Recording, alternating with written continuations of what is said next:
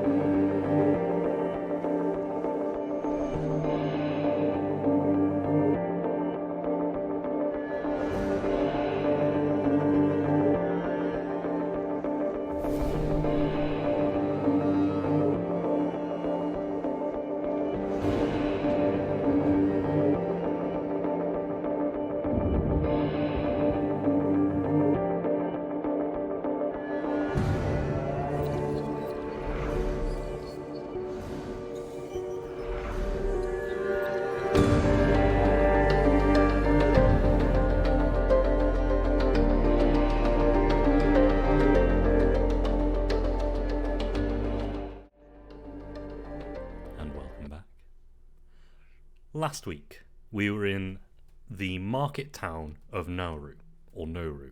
I pronounce it differently every time.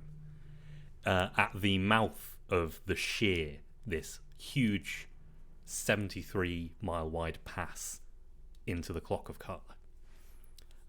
You were quite happily going around and doing errands mostly.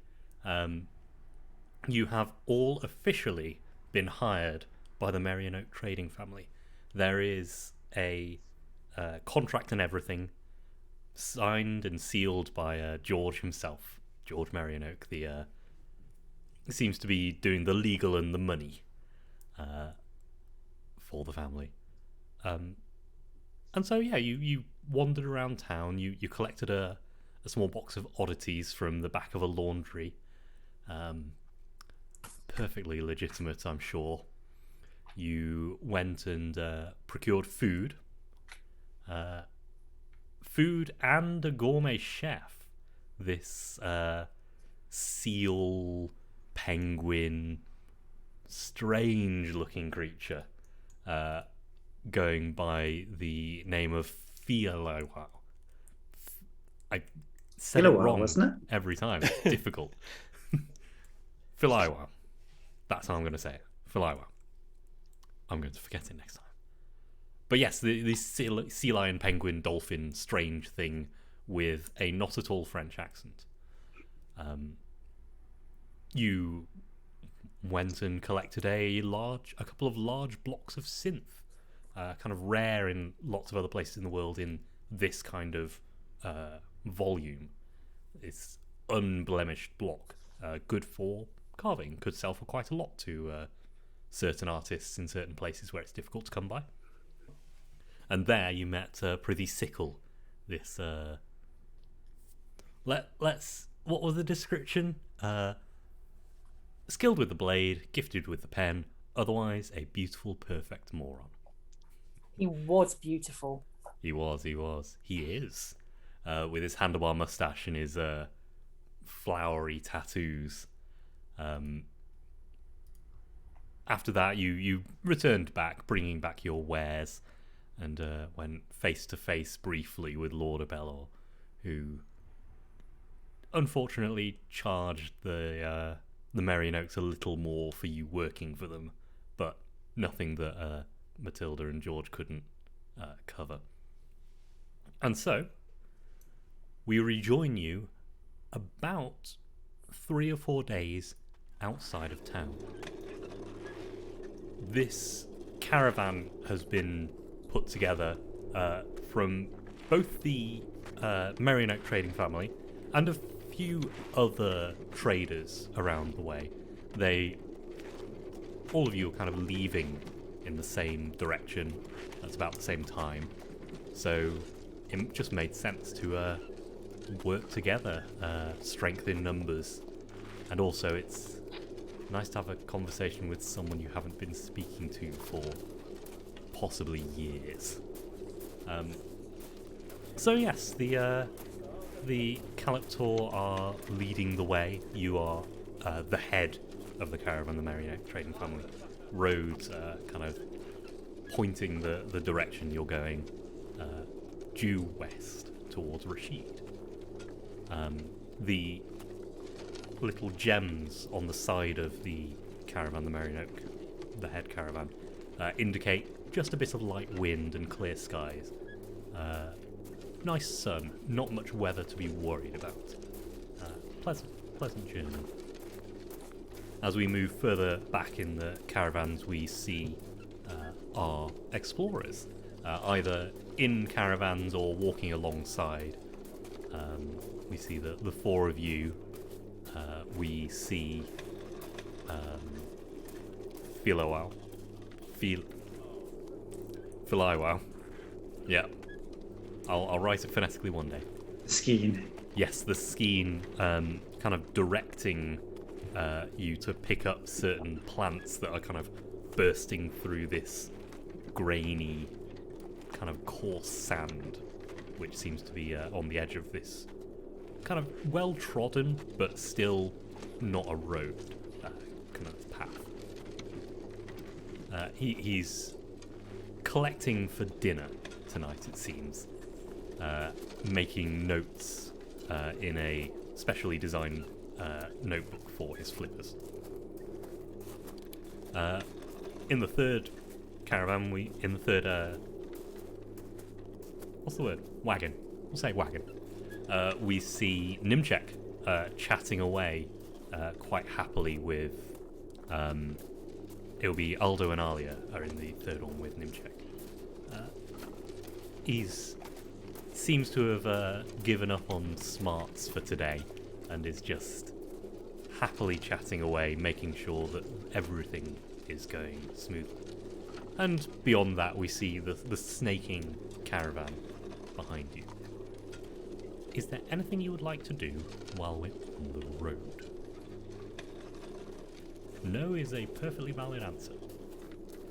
Other than sort of, I'm going to be spending time with, I'm going to call him Philo because I feel that's somehow right. Okay. I'm going to spending like time with Philo and like helping him with his sort of scavenging and stuff, and talking a lot of food. I think that's all I would do. PG would do. Yeah. Well, what are you looking for tonight? Are you looking for something light, something heavy, something filling, or what kind of meal are you looking forward to? Would you like to spice? just deliciousness. Just maybe a bit lighter. Traveling, bit of an upset tummy occasionally. It's not my favourite thing, I have to say. Traveling all these distances, hour after hour. The traveling itself is a problem, but the things you can see, And by the way, deliciousness comes at standard. Philo, you don't mind if I call you Philo, do you? No. Honest. It's difficult for kind of the flappy bits to make the sounds needed. It's much more pronounceable underwater. Let me tell you. I'd like to hear it underwater one day, but maybe not today. We will see. We may be going to a coast at some point. I'm not entirely sure, but I would like to take you see the wonders underwater. Ed, are you okay if I look at a map? Yeah, absolutely. Because Alia actually has been drawing maps the whole time. She's an artist, but kind of where the money is made is drawing maps. Mm. So she keeps track of where you're going, where you've been. You've only got kind of the huge kind of, what's the word?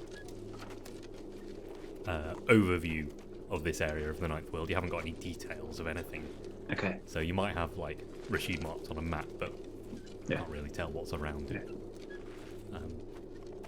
As you're kind of looking around on the road, you're starting to see something come up far, far, far away in the distance to the north.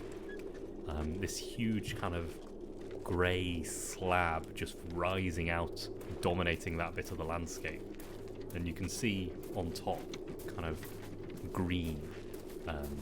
This is miles and miles and miles and miles away, which tells you how enormous this thing is. And you hear a couple of people kind of refer to it as the Great Slab. And yeah, as the days have gone on, you've spent a few evenings camping. You've got to know at least a little bit about the other caravans. One is another small trading family, just a mother and two sons who travel, mostly do the loop Nauru to Yoshol and back. Just trading stuff between there, nice simple route. There's another which seems to be a kind of collective. They're all kind of different, very different people, just have all bought a cart together and are trading, mostly food they seem to be trading. And this last one is full of faces that you recognise. 7 of them. your friends who you freed from indentured servitude managed to scrape together some cash and hired a caravan. And hired someone to protect them. Another familiar face, although it's not the face that's familiar as much as the mustache. They've hired Prithee to be their guard. So he has joined you on the path. And you hear occasionally from behind, "Hey, how you doing?" Just kind of a wave and a smile. What a guy. What a guy. The day wears on, and travelling's it's not unpleasant, but I wouldn't call it nice. You know, it is wooden carts, hard seats, or walking for hours.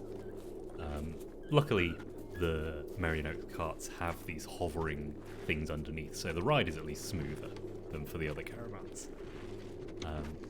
But it still takes it out of you a bit of travelling. So when you all kind of stop for the night, the sun dipping in the west, kind of ahead of you, seems, it's a nice rest, a nice gap. And people start setting up tents. The caravans stop, the campfires go out, the spits and pots on sticks go up, and Philo goes to work. He is a whirling dervish, preparing, cooking, roasting, boiling, all these different textures as he's putting together. You can see that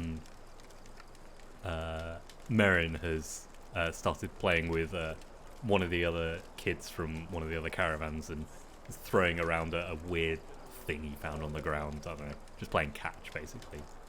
Alia watching and laughing and drawing, where Aldo, Matilda and George are poring over books, kind of deciding on the direction they want to go, the things they want to sell, the business opportunities they want to take. So the evening passes, again, quite pleasantly. And the fires start to dim. And then you feed them a bit more and they still won't catch. They start to dim a bit further.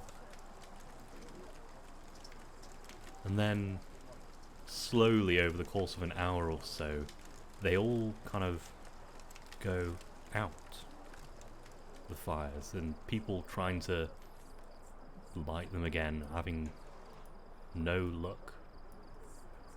And there's starting to be a bit of grumble, the conversation's turning to, oh, we're gonna have to eat cold food. Philo is devastated. All his plans have gone to pot. He's going to have to completely replan. It's going to be a salad, it's going to be raw, it's... Oh, he's gone mad, he's charging around. Whereas Nimchek quite happily sat.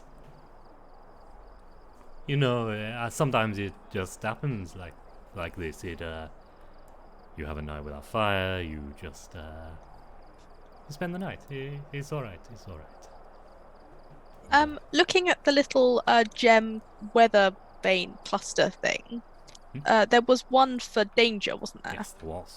Is that lit up? That is currently unlit. Good to know. So, Mazia will keep her eye on that just in case, and as you know, something's weird's going on. But... so Nimchek, does this happen often, that the fires just go out and don't relight? I'll be perfectly honest, I've never seen anything like this, no. No. But it's life on the road, you know. Can I have a look at the fire and look at the, I don't know, the wood? Yeah. Just check it's dry, that the wood will catch and everything. Really, I'm not an outdoorsy person, but just double check. I'm sure these people know what they're doing, but just have a look, see if I can see anything, any reason why it wouldn't catch. The wood actually is pretty wet. This is wood that you've kind of brought with you to Okay. make this fire. Because I guess there isn't much in the way of trees around here or bushes. No. I mean, there's bushes and stuff for kindling, but the actual fuel for the fire you've kind of brought along with you. Okay. But yeah, it's not sopping wet, but it's definitely kind of damp. I'll point this out to the nearest person that was trying to light it, and just say, "Excuse me, I'm not much of an outdoors person, but isn't this wood too wet to light? Don't we need to dry it a little bit before we start to light a fire?" Aldo's come over to kind of get the fire going, him being the one who set it up in the first place. Yeah, no, it should be a little drier than this. Was it this wet when you loaded it into the cart? I don't think anything. I mean, we lit it before. It was lit fine before. It was just when. Hang on, let me check. And he kind of goes into the back of the caravan with all your food and the tents and the stuff you need to survive. Yeah. And no, it looks like nothing's leaked in here. No. Is the device that we liberated, is that in the same compartment as Yes, the wood? that's in that one. And actually, would you have set it up to keep anything safe? I would have imagined we would, because one of the jobs that we didn't achieve last week was to get food to sell. So I imagine that with Philo's help, we would have required some fresh fruit to sell on, and would have used the device to keep it fresh. Right. Yeah. But is that the cause of the wet wood? Is it refrigerating the tent and there's condensation forming or something? That's not really right. That's the opposite of how fridges work, so it shouldn't be happening that way. But I want to figure out whether it's some kind of insight roll. Yeah. Electrical machines. Yeah. Diff 1 then. Okay, and I got a 10. Yeah. Yeah, as far as you can tell, this thing doesn't produce any moisture. Like the little measuring thing on your doesn't indicate any kind of moisture gradients. Okay. At least in the caravan, as it were. Is there any wood is there stockpiles of wood in the wagon? Yeah, absolutely. If I look at that, does that look wet? No, it's all dry. If I take a piece of this wood and I just pick it up and I take it outside the caravan. Stays dry. Stays dry? Yeah. I go and put it on the fire, does it? Well, the fire's out, but if you kind of lay it on, takes a little while, but it does start to get a bit moist. Huh. Well, that's new. It's not raining, is it? Should have checked that first. No, it's perfectly clear. The stars above you and the moon with its its green band is showing today. Good. If I put my hand into the sand, is it wet? If I just It's not sopping, but it's a little damp. Okay. Please take So 2 experience points. Ah. I'll give one to Mzea because she's checking out. This as Absolutely. well.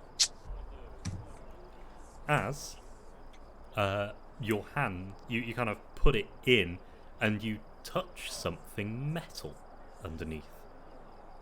Oh, I get quite excited about Please make a might defense roll as a little electric shock. that. Bastard. That's 13. 13's good enough. Phew. Yeah, just a little shock through your finger. My hair would. But... What the? We've got we've got something here. There's a. Don't touch it. Don't touch it. You see that she was immediately Yeah, going to exactly. touch it, Don't touch withdraws it. her hand slowly. Look at my hair. It's very, very, very staticky. What was it? I The don't know. creature? It's a metal thing. I don't know. It didn't move, did it? Get a stick. No, Poke it with a stick. Poke Wonderful plan. You have a stick. You have a stick. I- The stick you brought over. Yep, well, I imagine that was more of a log, but I sort of passed him a Look, it piece was of a sort of log. like kindling or something, which might be easier to. Just a wet twig. Yeah. You've got a lot of like basic tools, things like spades and stuff to. No, I want to poke it with a twig, Okay. specifically a twig. Yeah, you poke it in, and you can see the little discharge, the little as it tries to kind of go up the twig, but yeah. What on earth are you two doing over there? Cleege. Yes. I come over. Touch this. Touch what? I don't. This metal thing here. Look, see? Touch it. This metal thing here, and immediately goes and touches it. Okay, my defense. You've kind of cleared the area above it, and it's only the top of it, but you can see it's kind of curving like a sphere. Mizia just sort of like shoots Trenton like a grin. I just wanted to check. It wasn't just me. That's just 1 might damage. 8. Ooh, sorry. Yeah, 1 might damage as it sparks you. Ooh, sorry. It obviously, it didn't hurt me too much. I didn't think it was going to be that bad. I'm so sorry. But oh, look, what is it? Isn't it cool? Let's dig it up. Okay. Mizia goes to get the spades. Let's just be practical. Do we have any idea of how big it might be? No, That's what the spades are for.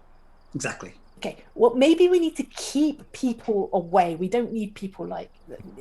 Can we like? I don't know. Merrin could- sits cross-legged across, kind of watching you all poke at it. Mary, is? don't touch this. Merrin. Right. Let's. Well. I'm gonna scan it. Boop. Okay. Figure out if. Do you want to know what? Do you want to know what I want to know? Yes, I do. General size of what this thing is. Generally, what I'm scanning it for. Yeah. So, it's kind of about the size of a stress ball, so kind of one okay. hand, fairly small. No. We might not need a spade, but yeah, okay. We can dig up the soil around it so that we don't touch it with the spade. That's actually really good. Yeah, absolutely. Easy enough to do, and you can see sat in kind of the sand and dirt this sphere. It's metallic and has some kind of indentations on the surface. Mazia, I would like you to tell me how much exploring you've done. You're our delve. How experienced are you? I haven't ever led an expedition. Okay. So I've never gone anywhere sort of just by myself. This is probably my first time going somewhere without the rest of my sort of group of religious fanatics. I'll But just brush over that. no one else needs to know. It's fine. But I probably have spent the sort of last sort of probably 8-ish years on various sort of expeditions of varying degrees of challengingness. Yeah. So I Not think, difficulty, challengingness. That's the word that I chose. so I Fine think word. you would identify this as some kind of gazer. Now, gazers are often found in prior world installations, and they're often defensive. Normally they're a little more aggressive than this is being. So, what do you think it is? Probably a gazer. Kind of a terrible one. It's only, little zaps, but, normally they do bigger zaps. Or, In fact, quite a big zap to me. electrocute you. Well, yeah. I got the electrocute bits, unsurprisingly. Still stings. You are very sensitive to that, aren't you? Just What do they do? What is the point of them, Ed? They're defensive. They protect a place. Is there normally more than one of them? They often swarm. And how big of a place? Usually they're kind of in a room, like in an entrance or Okay. something. So, okay. But have I ever? I've never heard of this affecting moisture or anything like that. No, normally they're much more direct. I mean, if there's one, there's probably a second one, and a third one, and a fourth one, and a fifth one, and a sixth one, and a seventh one. But my recommendation: keep digging. Okay. Well, Trenton, can you scan things? Do you have to be able to see it to scan it, or can you just? No, I can scan an area, but I can only do like 3 meters cubed at a time. So it might take a little while to cover this area, but we can at least cover our campsite so that no one accidentally. Well, if there's one here, there might be another one here, or about Now that I know, well, I'll get it from my scan. I'll get some kind of reading on like the density or the metal or something like that, so I can then. Yeah, I'll just go. More. I can do. Hold on, how many of these can I do? I can do this 10 times. Well, I can do this 9 times before I'm out of intellect. Okay. Um, You tell Yes. me kind of what your search kind of pattern is and how many you're doing. I'm doing.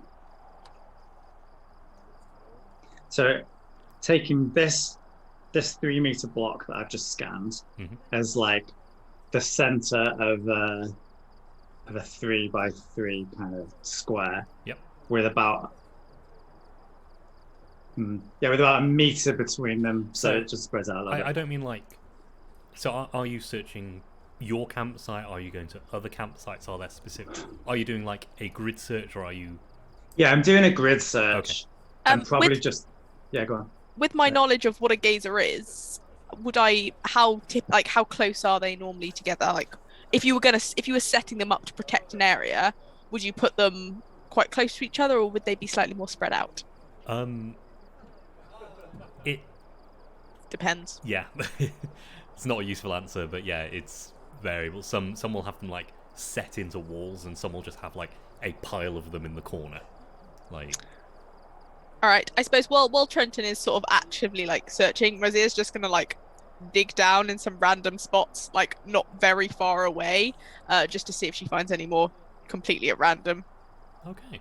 Yeah, so I'll basically just be able to cover 9 meters by 9 meters. Yeah, I'll leave a bit of a gap, so just 10 meters square around that particular one. Okay, yeah. So I think that would probably get you kind of into the next camp. Okay. And as you get to kind of your, we're doing 1, 2, 3. It'll be your 4th or so. You catch another one out of the corner of the scan. Mazia's having no luck, just digging randomly. But have I found anything else interesting? Just interesting pebbles, anything like that? There's plenty of interesting pebbles. There's all sorts of stuff. I pocket like the nicest looking pebble. Very nice. So yeah, Trenton, you catch another one kind of in the corner of your scan, under the campfire of the next camp over. Oh. Okay. We're all friends here, aren't we? Yeah, it's not like friendly. Okay, well, I'll go over and I will. What have we done with the first one? Well, have we got a it? spade, as far as I can tell. Mazia had it. Okay, then I will take it over on a spade and just get it and just go touch it. Yeah, I will think about doing that. But now I know that it can actually cause physical harm. I'll probably hold myself back, given that there isn't anybody I don't like yet.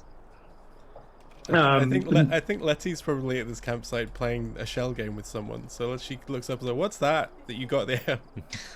I'm not going to do it. Be like, it's this. What are you laughing at, Trenton? Oh, and my hair's probably still a little bit sticky uppy. You hear from the distance, "Go on, Letty, touch it, touch it." I'm not falling for that one. It's fine. It gives a small electric shock, and I think there's one under this campsite, under this fire pit. So, whoever's in charge of the fire, I recommend you move your fire slightly away from it, otherwise you might get a shock. some of these, apparently, I'm still holding the spade out. Some of these can give quite a nasty shock, not just a little fizzle like this one. So and I'll draw like I'll put a stone on it, a stone around it or something, or a circle of stones, and just mark it out. Let's go. It's a good idea if you stay away from this area. Well, okay. I guess we'll set up a new one. Or dig it out and fling it as far as you can. One of the two things. Could I borrow that spade? Yes, absolutely. And I'll put the little device down and give him the spade. This is Sorrento, the kind of leader of the indentured servants. Yeah, kind of shoves the wood to the side, takes just one shovelful, and it's there. Shakes a lot of the dirt off, flings it. Hopefully not in someone else's camp. Not in someone else's camp. Yeah, No. just checking. It doesn't do anything? No, it doesn't seem too bothered. It's just flung, and you see it. And then it sinks into the sand. Oh, okay. Cool. Well, Did that just disappear into the dirt? Yes, it looks like they tunnel themselves in and dig themselves into the sand. They're like little mines, I think. There might be more. Luigi's going to wonder, so how are we getting along? Have you found any more, Trenton? We found one, and it's Excellent. over there somewhere. Why is it over there when you are here? We moved it out of danger. It's fine. Everyone should be careful where they put their hands. Don't put your hands too deep into the soil. While you're on the surface, it seems to be okay. Let me just get this right. So you've just literally thrown a device that could hurt people into the darkness. Yes. Without looking at it. No, it's dangerous. Or examining near it. Or we have one here. Look, we've still got this one. It's Yeah. fine. We can look at this one. do you not think they not all be the same? Oh. That's a Maybe. Well, if they're more dangerous, then it's better they're further away. Or Can't fault that logic. or maybe it's best we know where they are so we can avoid them. Whereabouts It's fine. is Just it don't now? go that way. It's miles away. He's got a good arm. Well, it's good, but I wouldn't call it miles.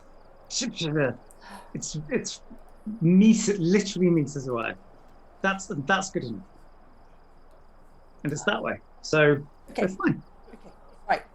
All right. Well, let's just have a look where we've just dug this one up. Make sure there's nothing else around it, shall we? Yeah, easy enough to do. Just kind of turning over the sand with the spade. Yeah, as far as I can tell, nothing under there. Okay. Is the sand still moist? Yes, it is. Is it any more moist? Or less moist? Wouldn't say it's kind of changed at all. At least not perceptibly, at least.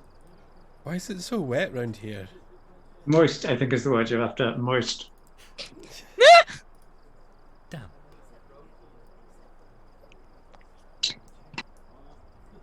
I don't know. I can't figure it out. I don't think it's anything to do with those little devices. No, I but think it something might else be. is causing it. Yeah, but it's probably if the little device. Someone put the devices here, probably, and so it might be that they put them here, protecting or dissuading anyone from trying to find whatever is making the thing wet. That's what I would do. Okay. And again, we could have seen whether this thing was making something wet if we actually still had the device. Okay, rather than- I'll try and find another one. Sorrento is in the background now, lighting another fire quite successfully, actually. And this one Yeah? seems to be setting up quite nicely. Is looking around, can I see where it seems that their fires can't be lit?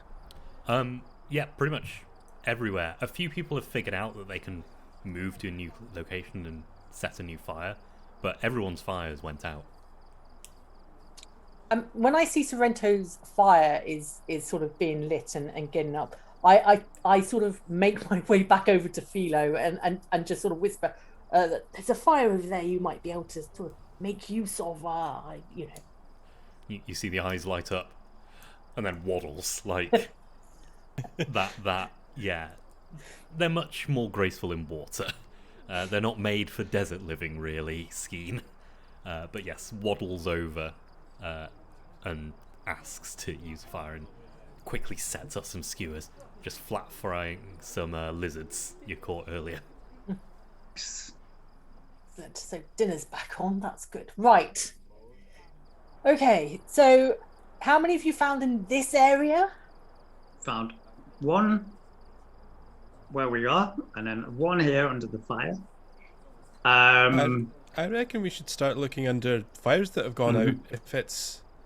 If we dug right down and under the fire there was one, maybe they're drawn to the fire somehow. I will scan the next fire that went out. Yep, and again, there is one underneath it. Okay. So maybe my hypothesis, which you may have already come to, is that they travel under the ground towards the heat, towards the fire. Oh, heat sensors. So maybe. Heat or light? I guess heat, because they wouldn't see light underground. I am sitting next to the one that we've got on the spade and not touching it. I am going to go and find some fire, go and just grab I'm just I've got a stick, it's the same stick that I've been poking about with, and I'm just going to go and light it, and I'm going to put it next to the orb. Put it next to the little gazer. Does anything happen? After a little while, the stick just fizzles out. Huh. And you hear in the background some swearing in a language you don't really know, as the fire has gone out again. Sorrento's fire has gone out again. Okay. Maybe we shouldn't have thrown it away. How many fires have been lit tonight About 5 that or have 6. gone out? Say again? About 5 or 6. So can Kleegi sort of maybe get onto one of the wagons and try and take a view of where those fires are in relation to each other? And I might even have a useful skill because my flexibility today is wayfinding.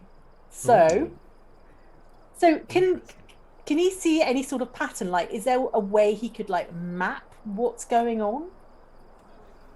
Yeah. If you want to give me a roll, it's going to be quite difficult. Yeah. I think we're going to call this a level 6 task, so 18 or more currently. But your wayfinding does help, actually. Okay, so that would give me 1. And then if I assume this is all intellect. Yes, yeah. So if I put 2 effort in. So Letty can help by getting sort of a bird's eye view with her hover. I like it.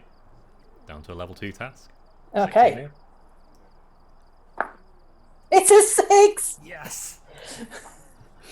So yes, you're kind of in a circle around kind of an empty area in the middle. And as you remember it, you heard the swearing first coming from the southernmost. And that's kind of the first fire that went out.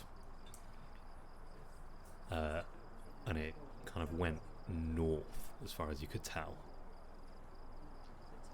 Did it go... So, okay, I'm thinking, are the fires a clock face?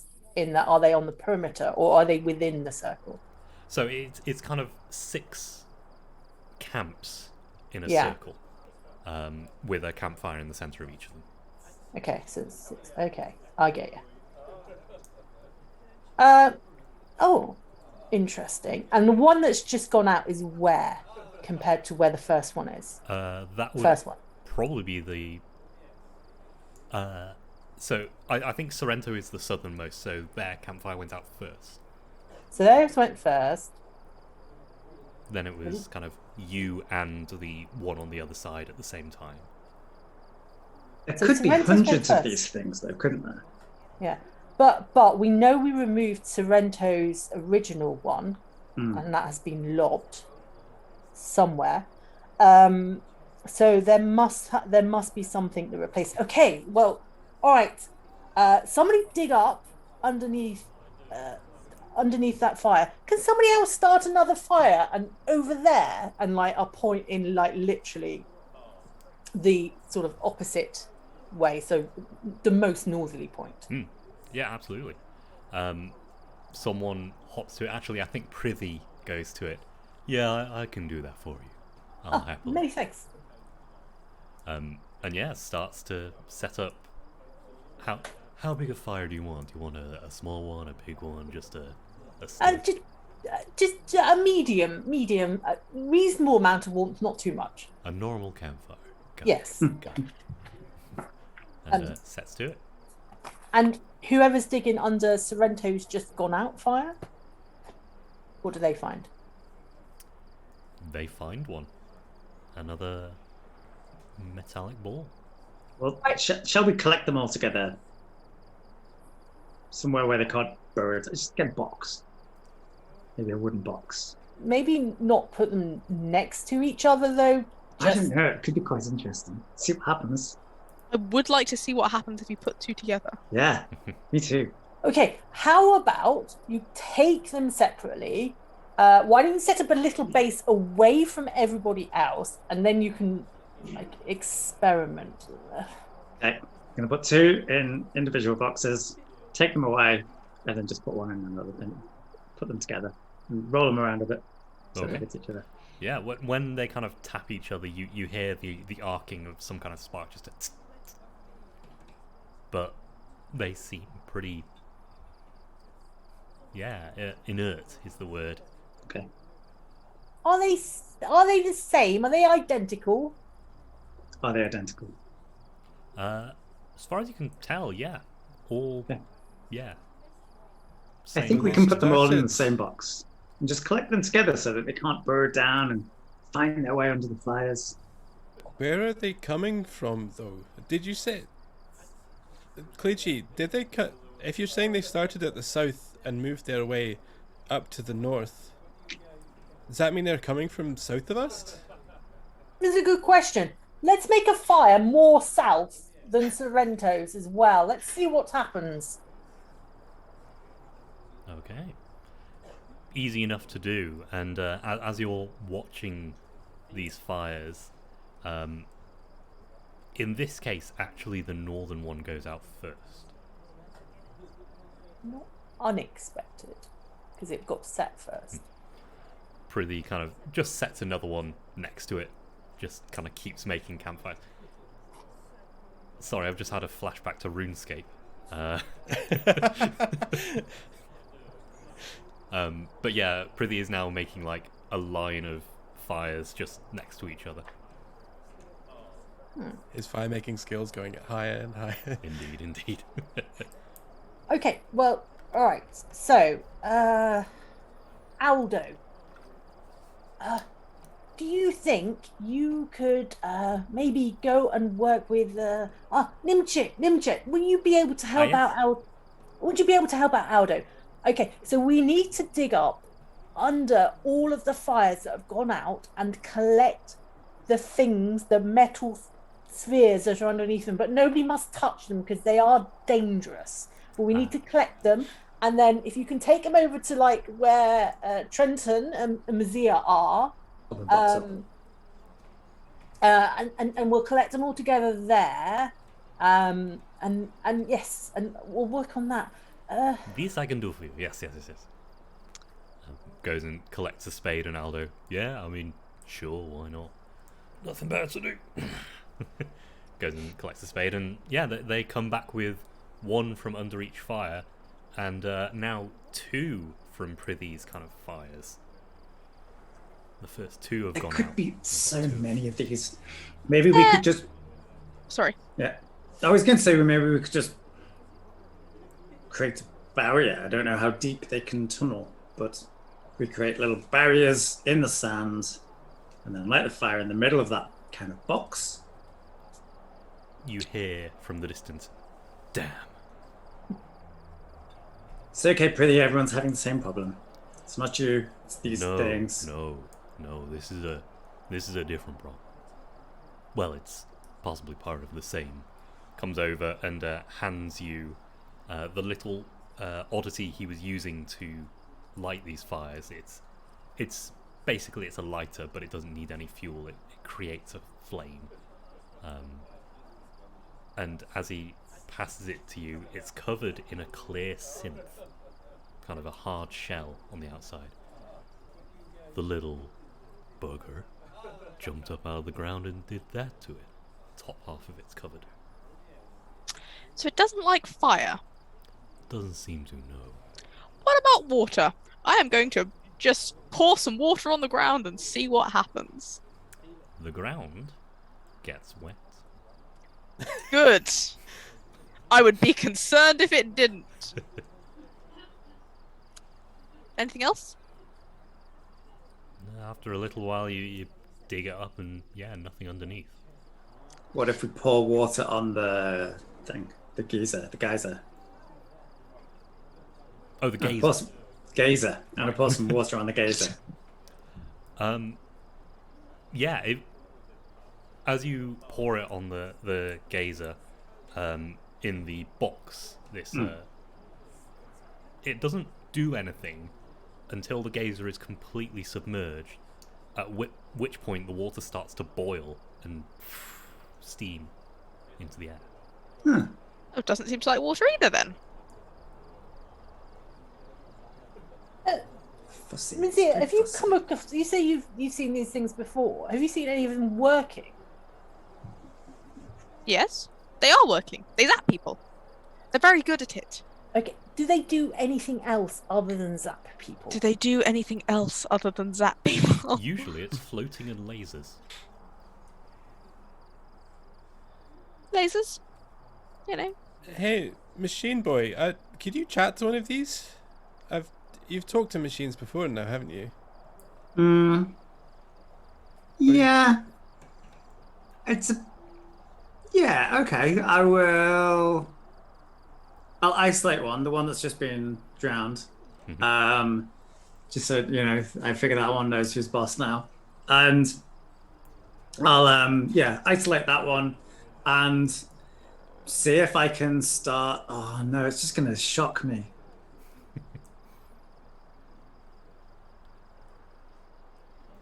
I don't know what I have that I can touch it with and examine it with. Yeah, if anyone has like a leather glove, I suppose. You're in a caravan full of people. Yeah. Somebody's got leather gloves. I'm gonna get some leather gloves on and start examining this thing. Probably keeping it a fair distance away from me. Yeah. But seeing if I can get an idea of if it's actually what I want to know, if it's communicating with anything, if there's like a central controller. Remind me, to speak to machines, do you need to make any kind of roll or spend anything? No, I think it just gives me skill. I'm just skilled in understanding Numenera because I'm a nano, and then it gives me skills in electrical machines, cool. And then it just gives me an intellect boost. Cool. Yeah. Diff 4 then. Okay, So I will figure spend. Yeah, I really want to do this, so I'm going to spend 2 levels of effort. Okay. So with understanding Numenera and electronic devices down to 0, do not need to make a roll. Great. Yes, this thing is communicating with all of the other ones around it. The thing that interests you the most, actually, however, is what you realise now are sensors on the outside. And you manage to, after a little poking, understand the kind of hum that it gives off. And it says to you, to nobody else but to you, atmospheric conditions nominal, trending downwards.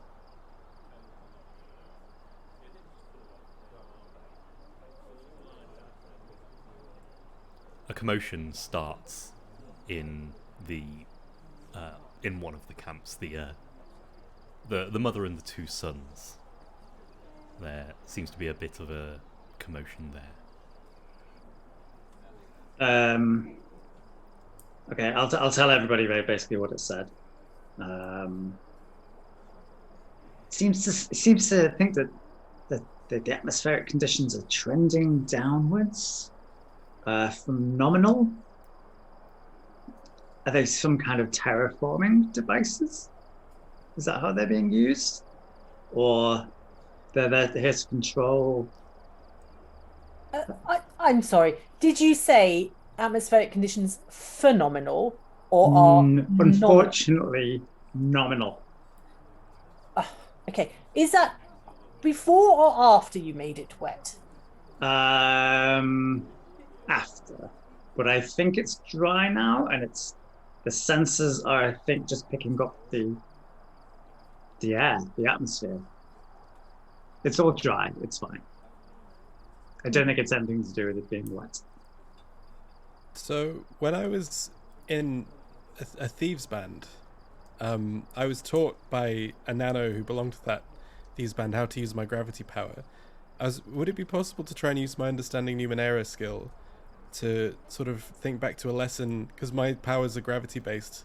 I'm imagining that this nano was probably not a gravity person, but someone who had sort of like an understanding of like physics. Like, would I be able to try and think back to a lesson that maybe I was taught once in this thieves band that no one else knows about? I mean, you can if you tell me what the lesson is you want to think about.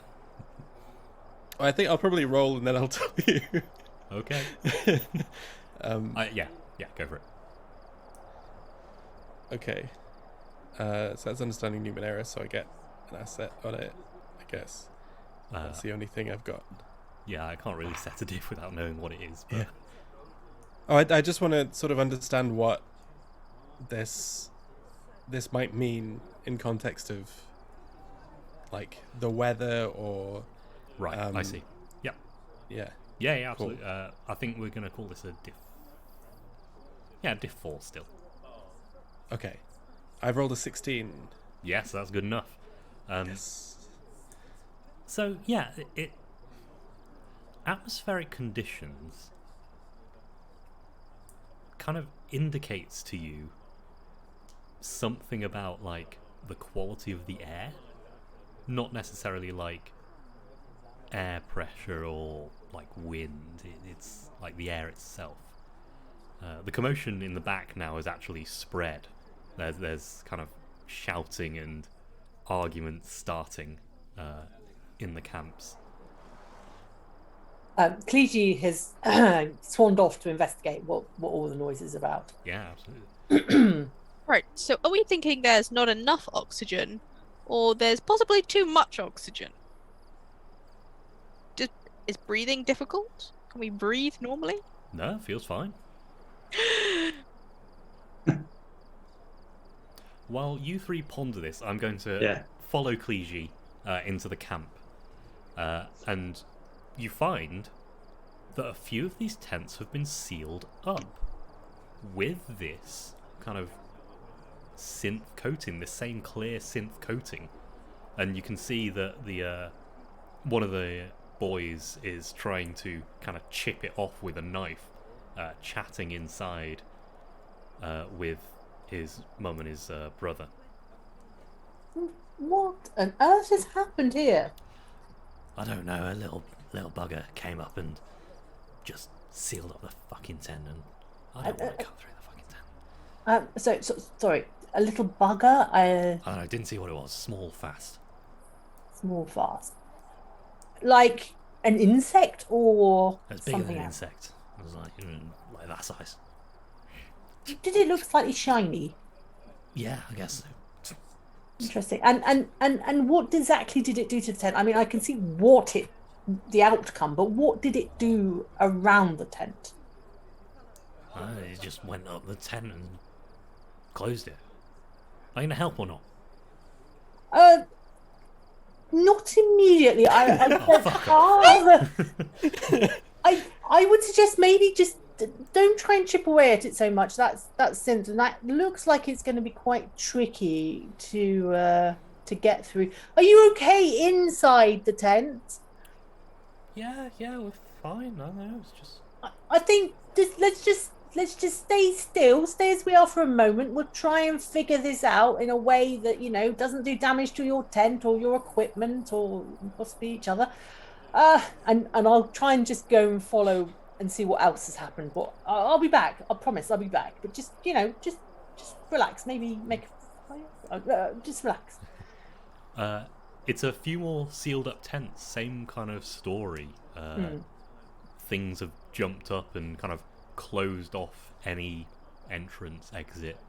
One of the tents actually, made of cloth, this kind of thinner material, has been pretty much entirely covered in this synth material. And when I look at like all of these tents, is it all the joins, like where there's air gaps? So does that include like on the ground where there might be an air gap between the ground and the cloth? Yeah. But if it's like flush to the ground and there's no air gap, is there any synth material on that? No.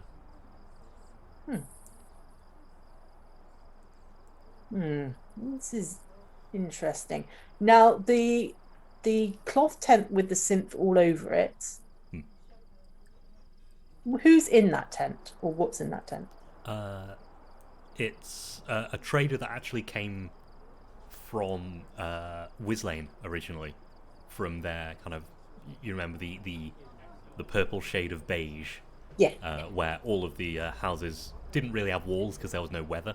It looks like that kind of material. Okay, so my concern is he's got an airtight seal round a tent. How big is that tent? It's a kind of a 2-man tent size thing. Okay. Are you in there, sir? There's a bit of a muffled... Okay. All right. Don't move. Just try and rest steady and just calm thoughts. Maybe not too many deep breaths. You'll be fine. I'll get you out. Everything's fine. I'm on the case. Okay. I'm sorry, what? So I'm gonna sort of like try and gather some people together. So we've got various people with sealed tents. So I'm gonna ask like Nimchik and Aldo, and ask like Philo, and try and get the others to come back over towards us, because like we're definitely gonna need to free this man because he's gonna suffocate as far as Cleege can see.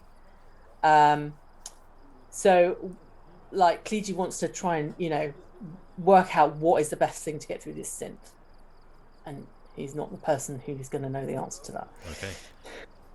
So yeah, kind of most of the camp seems to be like up and active now. Some are trying to chip away at this synth without much luck, and some are a little more kind of chicken lost their head, running around worried. Prithy's still making his fires. What a good boy. Yeah. And you can see the kind of the tail of where they start to go out. Yeah. Merrin, do you think you could just like go and get Prithee back? The guy doing the fires. You'll make him understand. Yeah. Runs over. You see him tug on like his leg, and you come back over. Hey. Have the others joined us now? Yeah. Kind of. You've gathered your group. Okay. Right. So this is the situation as I see it. These things are somehow sealing all these tents with synth, but they seem to be doing it at like where there are air gaps, which is fine.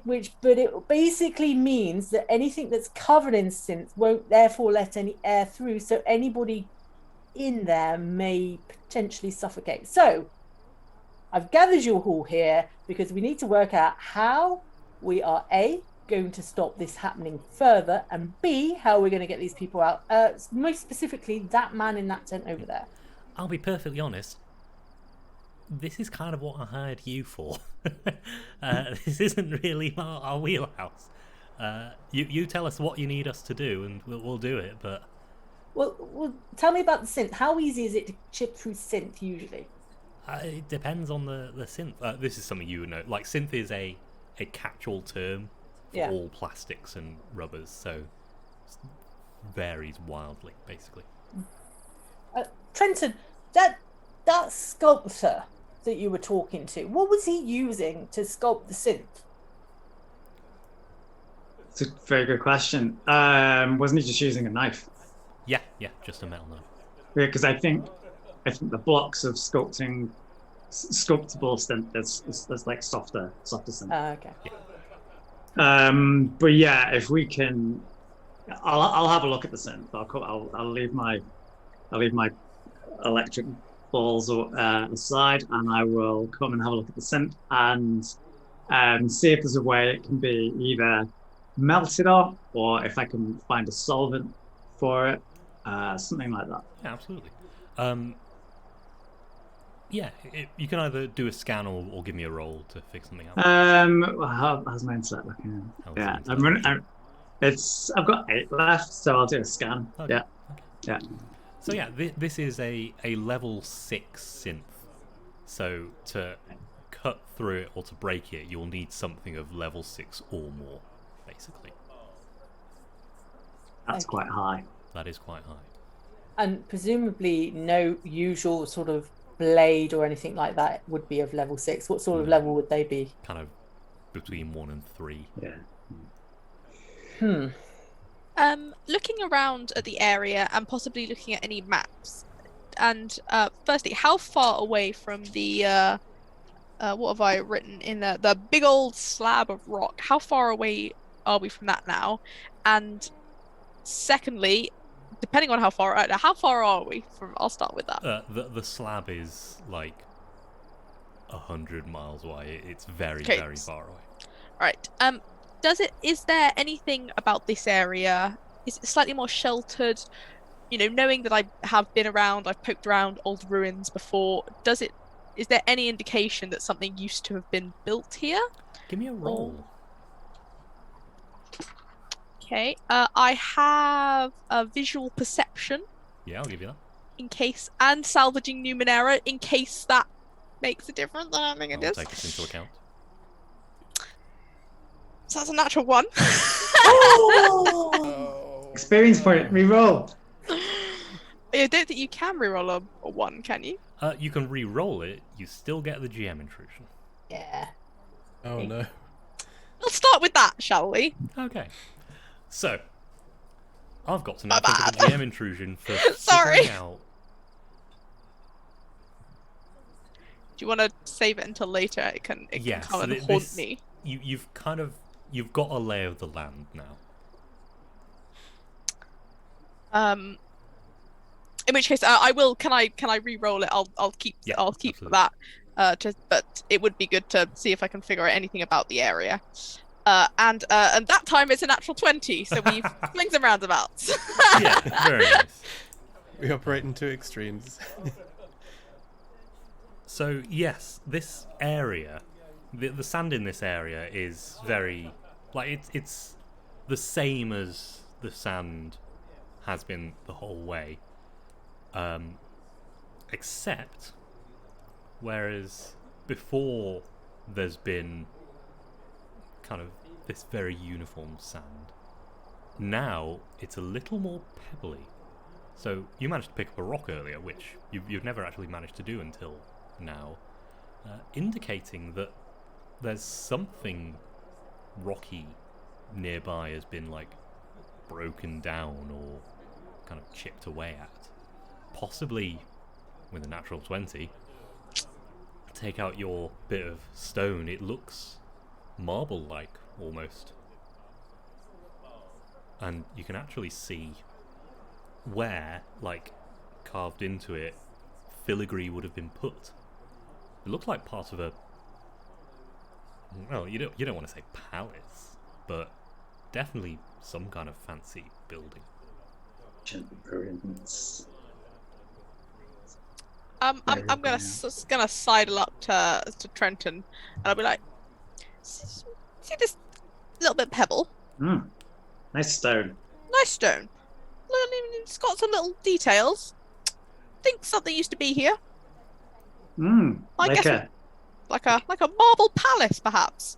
But whatever it was, it is no longer a single marble palace, and is possibly, well, a million billion shards of marble palace, and that is usually cause for some concern. Something has done that. Might be Or time. it's fallen. Yes, maybe it's fallen away, and these little things that are under the sand are the things that protect it. Maybe.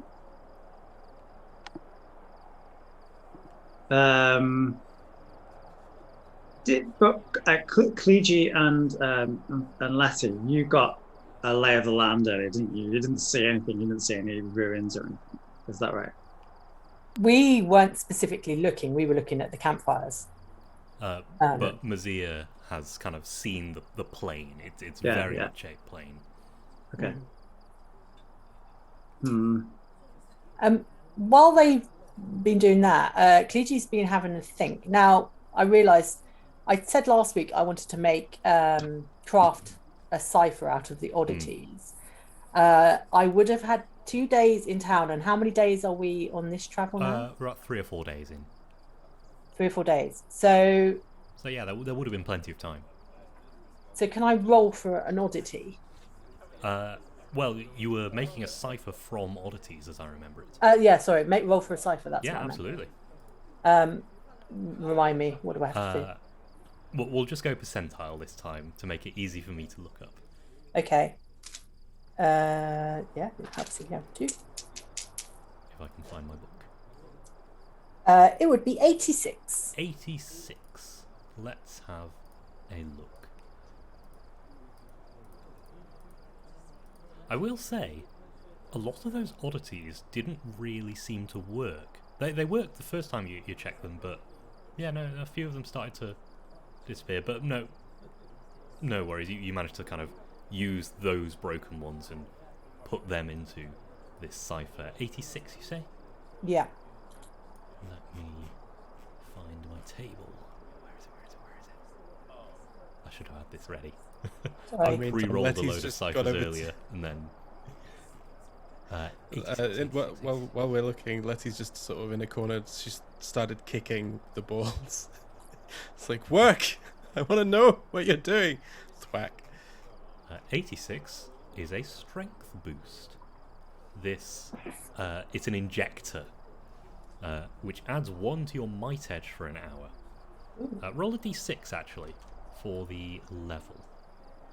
Well, that's what I was going to say. Crafting ciphers, the difficulty determines how long it takes to build. Yes. So 3. So yeah, that is a level 5 cipher, which actually means you get 2 edge. So Nice. So strength injector, 2 edge on might. Okay.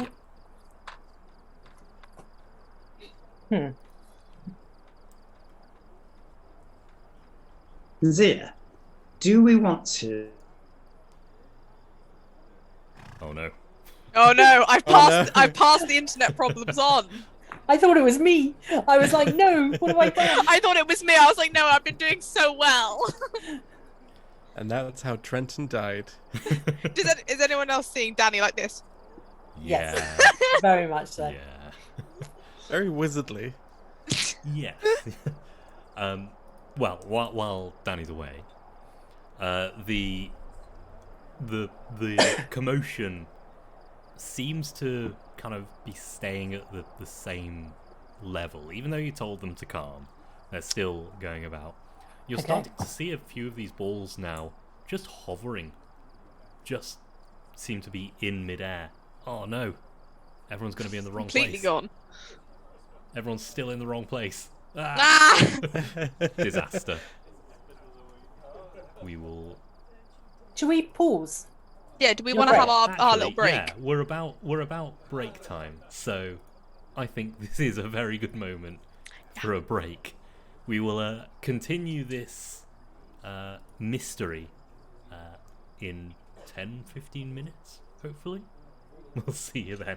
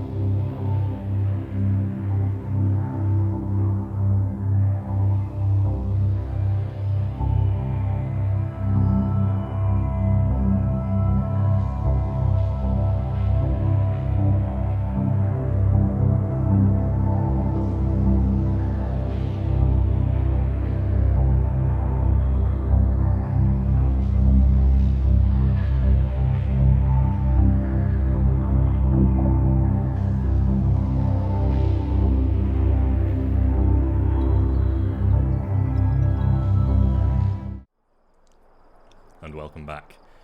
We have recovered our Trenton. Sorry. It was a very inconvenient time to break down. But yes, before the break, we were in the middle of a desert trying to figure out why these balls are sealing people into their tents and turning your fires off. So, standing around, Matilda's looking worried because you seem to have asked her for an opinion on something, and she has no idea what to say. But Trenton, it seemed like you were about to say something. Yeah, I was just wondered if we, are we going to look for the lost palace? She's going to be full of treasures. Very exciting. We are explorers and adventurers after all. Or do we want to simply move the camp? Which would probably, I guess, fix the situation. Well, as long as we move it away from wherever these things are patrolling. it might, but remember, there are those people trapped in the tents, and we probably can't move those yet. After we rescue them, obviously. Yeah. Where do you suggest we move the camps to, and how long? Because it's pretty late, I'll be honest. How is traveling overnight in these areas? I mean, it's fine. It just means you'd have to sleep longer into the day and probably lose time tomorrow. I don't think anyone's going to get much sleep in this area tonight. Especially if we were all sealed into our tents. Yes. In which case we'd get the best sleep of our lives, because we'd be dead. Also the last sleep of our lives. Okay, right. I have a plan. We will get the people out of their tents by digging underneath the tent and letting them out that way. That will get the people out. Now, that won't solve the problem of the tents themselves, but at least we can get the people together. Now, these things flying through the air, Letty, are you able to have any impact on them? What thing's flying through the air? Oh yes, you were away. In the background, a few of these gazers are now floating, just sitting in midair, rotating slowly. Ominously. Letty's gonna try using. She's gonna take Glitchy at his word and sort of like move forwards. She's gonna concentrate a minute. The egg glows a little blue around her and ripples as she grabs the nanites with her brain. And she's gonna use push to try and push one of the spheres directly back into the ground. I'm going to need an intellect roll against it. It is a level 4 thing, so it's going to be a level 4 task. Oh shoot! Okay. Are you trained in this, or is it hedge magic you're trained I'm trained in hedge magic, which yeah. allows me to move stuff around, but this is push, which is sort of trying to directly push it into the ground. I'm going to spend... I've got two edge and intellect now, so if I spend 2 effort, how much does that cost? That costs you 5 reduced by 2, so 3. Okay, I'm going to do that. Yeah, absolutely. So cool, I'm going to... 6 or more we need. 11. So yes, you push it into the ground, and it struggles against you. It's trying to stay where it is, but it does eventually get forced back into the ground. 3 more. All right. I'm going to try something I've not tried before. Everybody get out the way. Letty has taken a combat ability, which is Flash. It's her only combat ability, and it's an area effect one. It costs 4 intellect. And she's going to put a level of effort into that as well.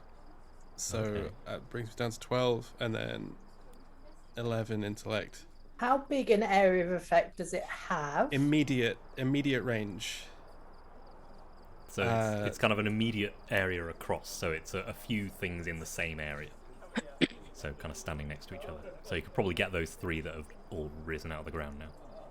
Cool.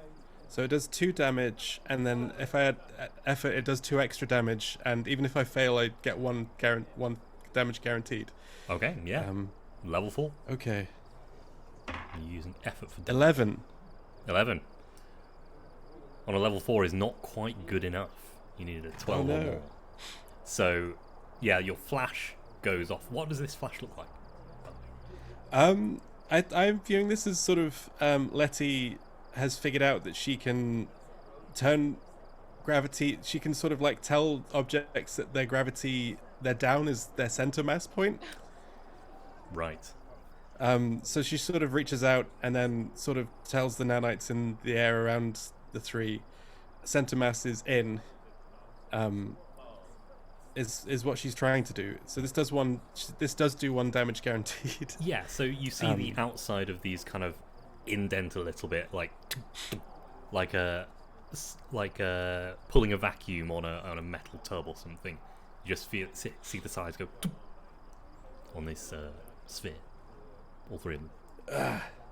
That didn't quite work as well as I hoped. That's a new trick. I gotta keep working on that. They seem Would you like mad to take at me. 2 experience points? Oh yeah, I would love to take. Not that's my really. favorite thing to do. You can always refuse it by spending an experience. I will remind you. I have no experience left. I spent it all on Flash. In that case, you cannot. As these 3 start to move towards you, I would like you to make a speed defense check as they start to extrude this synth over you.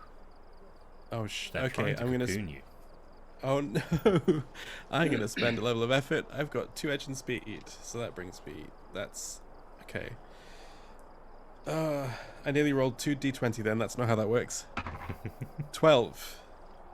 12, yeah, is good enough to get out of the way of all 3 of these as they're kind of floating around you, trying to cover you in synth. That you move out of the way, dodge out of the way, and they are laying this layer of synth on the ground now.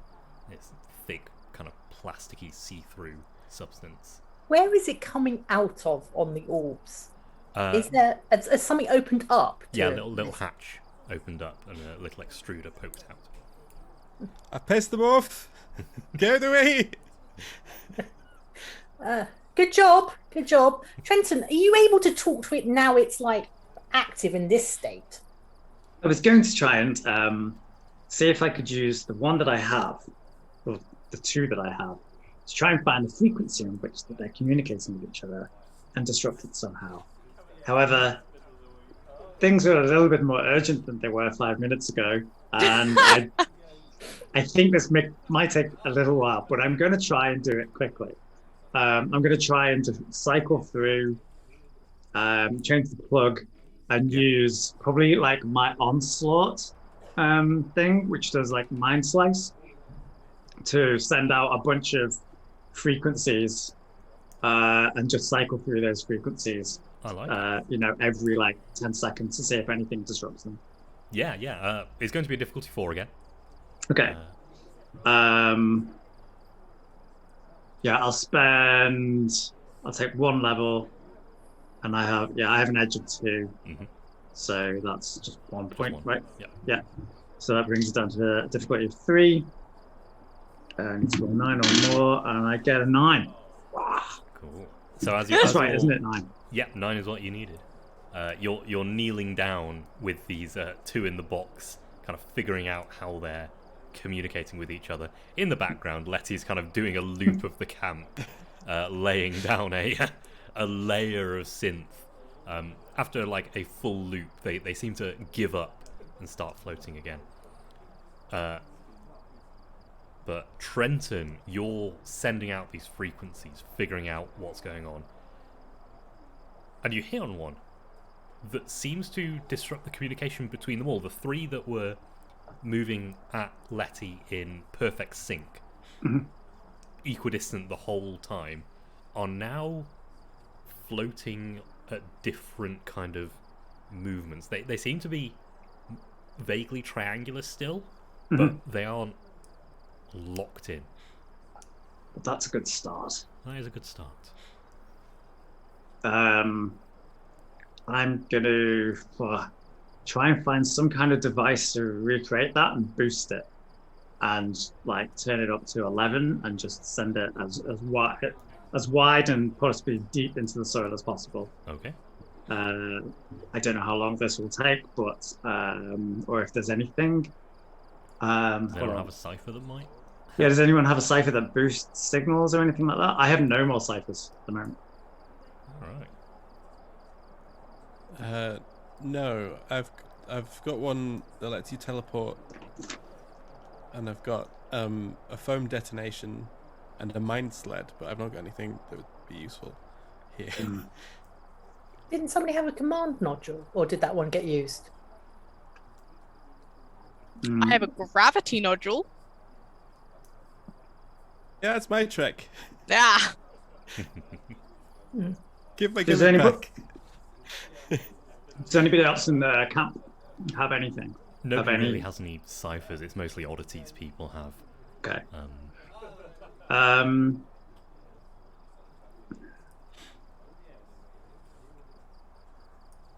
Okay. What would you? Okay, Trenton, would you, in your mind, would you know how to plan how to make the device you want to make? I think it would be.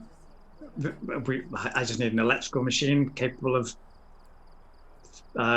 emitting pulses of any frequency, any device that can transmit radio waves or.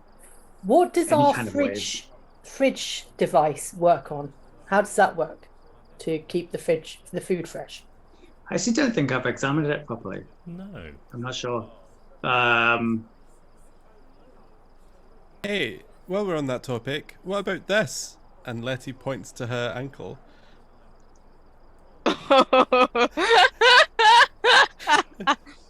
I'm sorry, Letty. I don't think this is the time to be discuss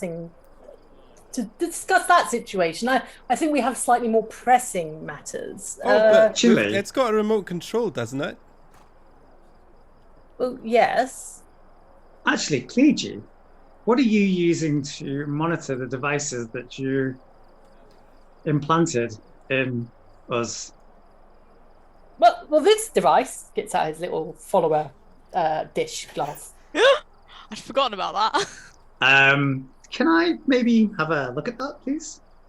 Yeah, sure. I mean, here are the extra tags that haven't been used yet. Okay, take a screwdriver and immediately get into it, and take it apart completely and see if I can turn the receiving into a transmitting, and then turn it into the frequency that I need. Yeah, let's get this roll. No takers on the ankle bracelet. It's plan B. Don't worry, I haven't forgotten. I think I'm going to call this a difficulty 5. Okay. I would like to. Am I able to do two things? Can I provide good advice about what he wants to do? And also, can I help him with my crafting Numenera skill? Am I allowed to give him one asset? That's my question. So you're usually only allowed to give one asset, but you've got a specific skill which allows you to give an asset. So I'm going to treat them as separate. So yes, because you know how this thing works, that is the advice you can give. I am hindering this by one more level because it is a sender, not a receiver, not a sender. So you'll need to. So it actually goes up to a level 6, but it comes down 2 to a level 4 before Trenton does anything. Yes. Amazing. I have both understanding Numenera and electrical machines. 2. And repairing? It's probably electrical machines. It's possibly I think. Same thing. Yeah, no, I don't think so. I think we're at level 2. Okay, I'll take that. Okay. So yes, this is going to take you a little time, no matter what. Yeah, I guess that. Yeah. So I need a 6. 6 or more. Okay. I rolled a 5, so I'm going to use an XP to re-roll it. And that is a 20. Oh. Ooh. So actually, all that it really required you to do was turn 2 wires the other way round. Turns out, radio receivers and radio senders are very similar. Trenton knew this. Danny, that's... So yes, I'm just going to cut the time you needed. You pretty much immediately get this thing going. And out of the ground, 30 or 40 of these float up into the air and float towards you. Pass me the box. Somebody pass me the box. We're getting a bigger box. A box with a lid. Somebody get me a box. I'd like you to take 2 experience points. And I would like you to make a speed check to try and get out from under these before they touch you and start shocking you. Letty, you got 2 experience points. You didn't pass one on before. Oh, yes. As well. Oh, right. Sorry, Yeah. Yeah, I'm going to give one to Cleachy for bossing everyone around. That's because I was going to give one to Cleachy. Cleachy's there with me. Oh, You can still win. I can. Still give one to Cleachy. Yeah. I'm going to have to. Yeah. So. Yep. Okay. Speed defense. Speed defense. It's only a 7. It's only a 7. A 7 is not good enough. You manage to get out from under them. You don't get buried, but there's a few sharp shocks along the way. So Ouch. 4 might, ignoring armor, as you just a few of them like clip you as they swarm on this remote, and you can hear this unholy sparking between all of them as they're touching each other. You think it's probably sparking on the remote as well.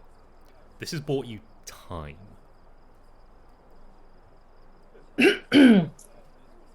Question that others might regret me asking.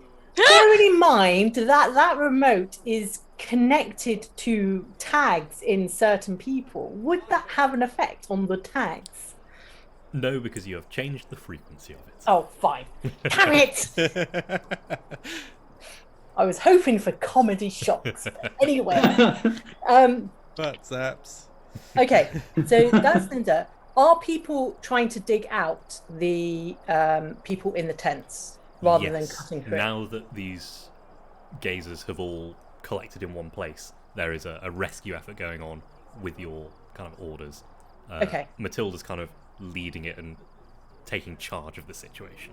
Excellent. So we don't need to worry about that anymore. So far. Can I put the... I don't know. Can I put the device, the receiver transmitter, in something that they can't? So as part of the GM intrusion, you had to leave that behind, so they're all getting to it. Okay, so they were all kind of swarming on it. Yes. How close are they all together? Would you say that they're in immediate range of each other? Probably. How much? Letty is gonna sort of start concentrating, and she's gonna try and pull off another flash while you guys are doing stuff, just to see what happens. Before you do that, I will remind you that the remote is in there. Hold on, not the... It's my follower tag thing, isn't it? Yes. Yeah. So does that matter? Oh, I think it will disable that as well. Yeah. It might do. Okay. Oh, it's right, within okay. the gravitational field. Can we throw a tarp over them at least? Yeah. I'm going to throw just a bit of someone's tent. All right. I'm going to rip it off. So sorry if there's anyone in it. And then just throw a tarp over them. Somebody jump on it! We're trying to bag 30 Yeah. orbs. Yeah, pretty much. So it is somewhere around like 30 or 40 of these, about this big. It's maybe a meter or 2 across, kind of piled up. Letty, that foam detonation thing you have. How can you use it? It's a ceramic pill. Yeah. And I don't remember. You throw it, it breaks, and in an immediate area, encases things in foam. That's a much better idea than what I was about to do, which is about to really kick a hornet's nest. I'm going to pull up my foam foam detonation, and I'm gonna lob it at the boys. I'm pretty sure you do this way before I've thrown tarp on them. We'll funge the time a bit. But yes, I'm still going to need a roll. Oh. It is a speed roll as you're throwing it. Can you gravitate it rather than throw it? That was Can my I impression. gravitate it rather than throw it? I think you can with your Cool. hedge magic. You don't need like push Yeah. or anything for this. This is a small pill Yeah. thing. It's very small. Yeah. I'm trained in hedge magic. Oh, that's better. Prefer that. And I've got 2 edge in intellect. So yeah, I'm gonna spend a little of effort. And yeah, I'm gonna sort of float the ceramic pill and sort of like try and get it in the area that's most effective to grab no all need of them. to roll anymore with an effort and Oh. your skill in hedge magic. You're just floating it into the middle and then breaking it against one of them, and this expanding foam covers them. You've got it into the middle, so it kind of connects them all, and it's. You ever played with your food where you've got like mashed potatoes and peas? It's like peas in mashed potatoes. Amazing analogy. Metal Love it. peas in foam mashed potatoes. Brilliant. Does that mean there's still metal surfaces around? I.e., Yes. can they still conduct electricity and everything? Yes. They're just held in place. Yes. The foam disintegrates after 1 hour. Okay, According to the description of this cipher. we have an hour. You have an hour. Got an hour. And what exactly are we going to do with this hour? Try and figure out where they're coming from? Try and dig out our friends and get the hell out of here? Or Well, the digging out's definitely happening. Now, did anybody, when all of these things started appearing, did anybody see what sort of shape or pattern they were in? I You wanna... presumably may have been watching to see this. Maybe. I could have been doing that. Give me Who a knows different with roll. museum? I'm trained in visual perception and possibly sense danger if I was like Cool, watching yeah. for where these No need things to roll were then. coming. You just kind of keeping an awareness around you.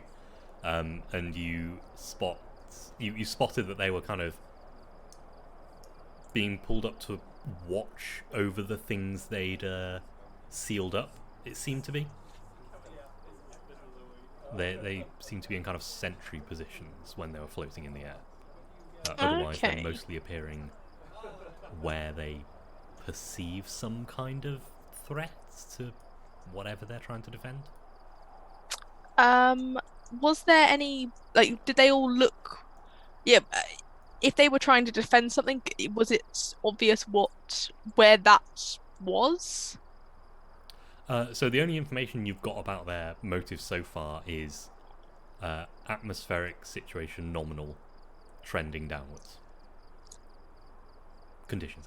Atmospheric conditions nominal, trending downwards. Okay. Yes. So when I was asking about where they came from, so as they came up out of the ground, was Mazir able to get an impression of that's where they had been resting and that's where they came up, or they had travelled to that point to come up? This will be a little bit of a harder roll, but it's still possible. I'm going to I call it will difficulty 5. Okay, I am still trained in sense danger and visual perception. Yeah, absolutely. I don't think I have anything else. I'm trying to think of some really good advice. That's a 15. 15 is exactly what you needed before your Oh, skills. excellent!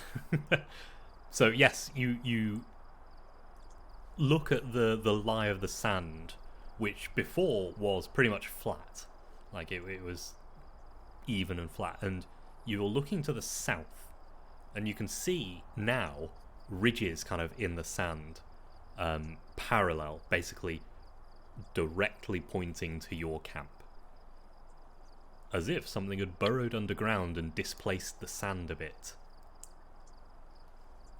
I am going to start heading that way. Realize perhaps that other people might also like to head this way. And about halfway between it, be like, ridges, sand, maybe something there. Okay. I'm just going to call it out and keep walking though. Yeah, definitely want to go. Now I'm going to throw a tarp Nice. over everything, tie it up, maybe ask other people to put another tarp, maybe a box, anything. Heavyweight. So even if the foam disintegrates, they're trapped under a tarp. I like it. Yeah, exactly. Now they're not moving around. It should be pegging easy the to see. extra top over the Yeah, top. yeah, completely. Just make sure they're not getting out. I can take charge of that. Yeah, I can do that for you. Thanks, Prithee. You are what a guy. What a guy. And are we just going to make sure that everyone's okay? There's enough people to dig all the other people out. Yeah, that work is definitely going on in the background. Okay, good.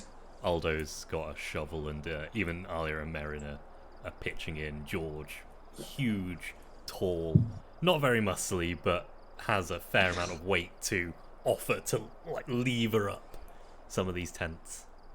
I'll shout to George. George, we are just going to try and find the source of these things. That sounds We'll be like a back good soon. idea. Yeah, you do that. See you soon. I'll go after Mazia. Letty's following, but she's decidedly not touching the ground. Very nice. Cleege's going to follow as well. Can I go back to my... No, I'll just wait. Karen. Okay. So, yes. Mazia, would you like to give me a tracking roll as you're heading out into the desert away from the camp? This seems... Can I give her some advice relating to my wayfinding skill? Literally what I was about to say before. Absolutely. Good. And I have visual perception, which I'm still hoping applies in this situation. I think it does. That I can see where I am trying to track, and I can see what I'm looking for. And now that with Cleege's very helpful advice, I know what I'm actually looking for. And that's a 4. Okay. Yes, you head south. I would give you experience points, but you rolled terribly before. Yeah. Oh no. And this is where you realise your mistake. You thought that this was perhaps a palace that had been broken down, had been kind of destroyed. You realise, as you're falling through the ground, it's an underground palace. It's Underneath basically, to the rest of you, as Trenton's shoes are making baby crying noises in the background, sorry. Mazia takes a step and disappears. Where's she gone? Can What happens when Letty- she runs on ahead? Anybody see Can where she Letty went? dive after her? Yeah, absolutely. It's not too far a fall. Inside this place, the wind is still kind of blowing out above, but this area seems to have got a bit of a slope at least. So when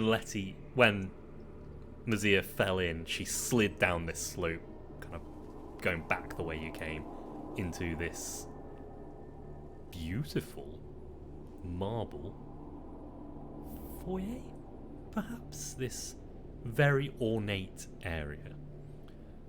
The first thing, LJ, that's not your character name.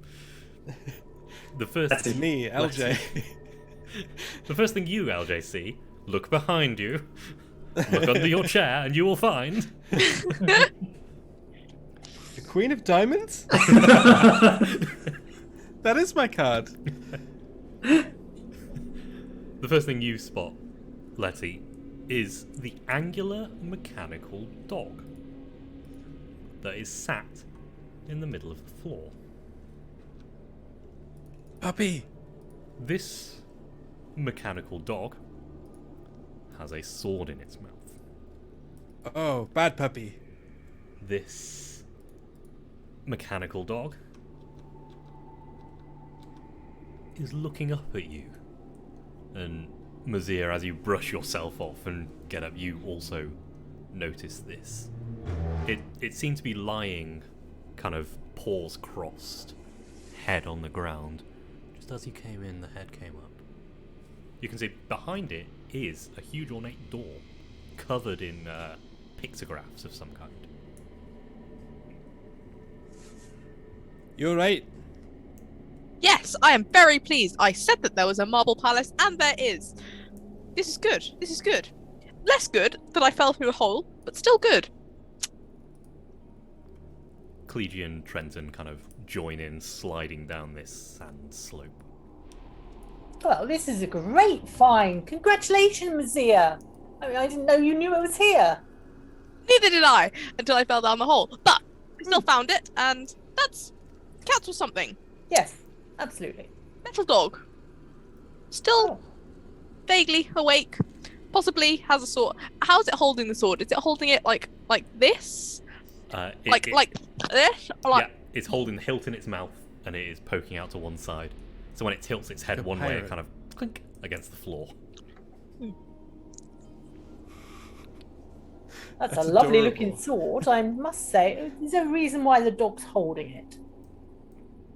I would guess it's some sort of guard dog. But it does know we're here. Hello.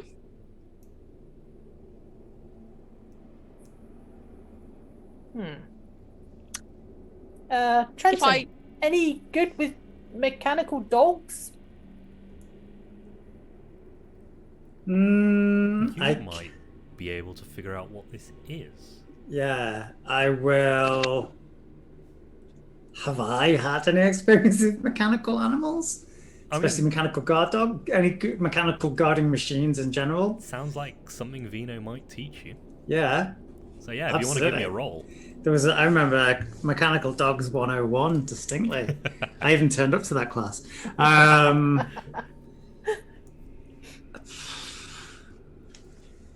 Let's roll. While he's looking at the dog, if Mazir looks around the room, Mhm. is there any traces of an old civilization? Like any clues as to who might have built this?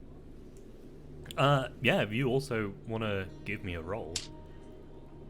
So yeah, while you're doing that, Trenton, you get a little too close to this dog.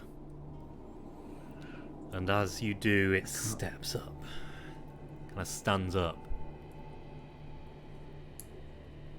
Pulls down. Launches itself. It's at no. you. Bad dog. Taking a swipe with its sword. Speed defense, please. As it turns out, Trenton dreamt he went to that class, but didn't actually attend. It was more. It was the wrong class. I actually did a psychology class when that was on. It was more interesting. I got an 18, Ed. Okay, first of all, we're doing the Yeah. speed defense. I got 11. 11 is not good enough. It slashes you across the cheek. 4 Ouch. points of damage 4. as it lands, jumps back to its position, standing in front of the door, now emitting this kind of low mechanical growl, like a grinding of gears almost. Mazia, as this was happening, you were along the edge with an 18, trying to figure out. It looks to you like these are all depictions of scenes in one person's life. There is a central character which seems to be reappearing on multiple of these murals as a helmeted sword and shield wielding character, kind of knight errant, saving villages, protecting people, that kind of thing. Excellent. Have I got any idea how old this is, or when the last time anyone else was down here? This doesn't look prior world. This looks like it was made in the Ninth World, but it's definitely old in the Ninth World, maybe a couple of hundred. Excellent. The dog itself has pulled back to the door. That growl, that grinding of gears. I don't. Gonna have to hand this one over to somebody else. This isn't the kind of dog that I was taught on. In fact, it was more of a mechanical cat that I was taught on. I approached it in the same way, responded slightly differently. Not really my thing. Sorry. Oh, that's fine. I'll just go for the straightforward then. I'll get my Verid out and strike towards it to attack. Okay. In that case, we are going to turn into some initiative. Yay! Can I take an action recovery before I do that? Or no. Do I need to do it? Okay, I'm that's going fine. to say no. Please, everyone, roll your initiative. Which is just a D20, isn't it? Yes. You can spend effort on it to get a higher chance of getting above this thing. I got 16. 16. You are ahead of it. What? If I spend effort, what pool does it come out of? Speed. Okay. Oh, yeah. Let's do that. Letty, you are after it. I got a 6. You are also after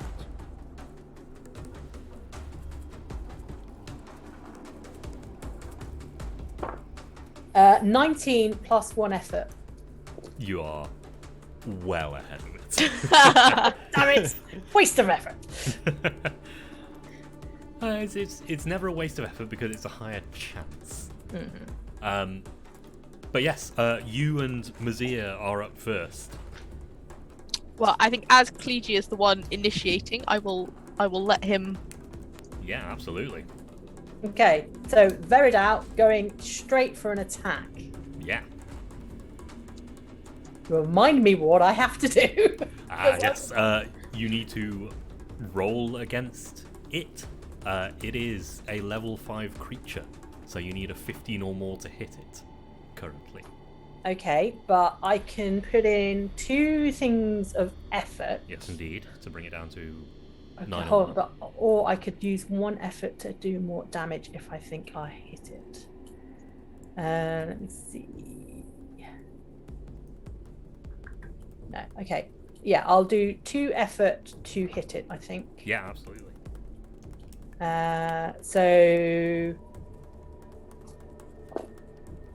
Yeah, let me have that dice.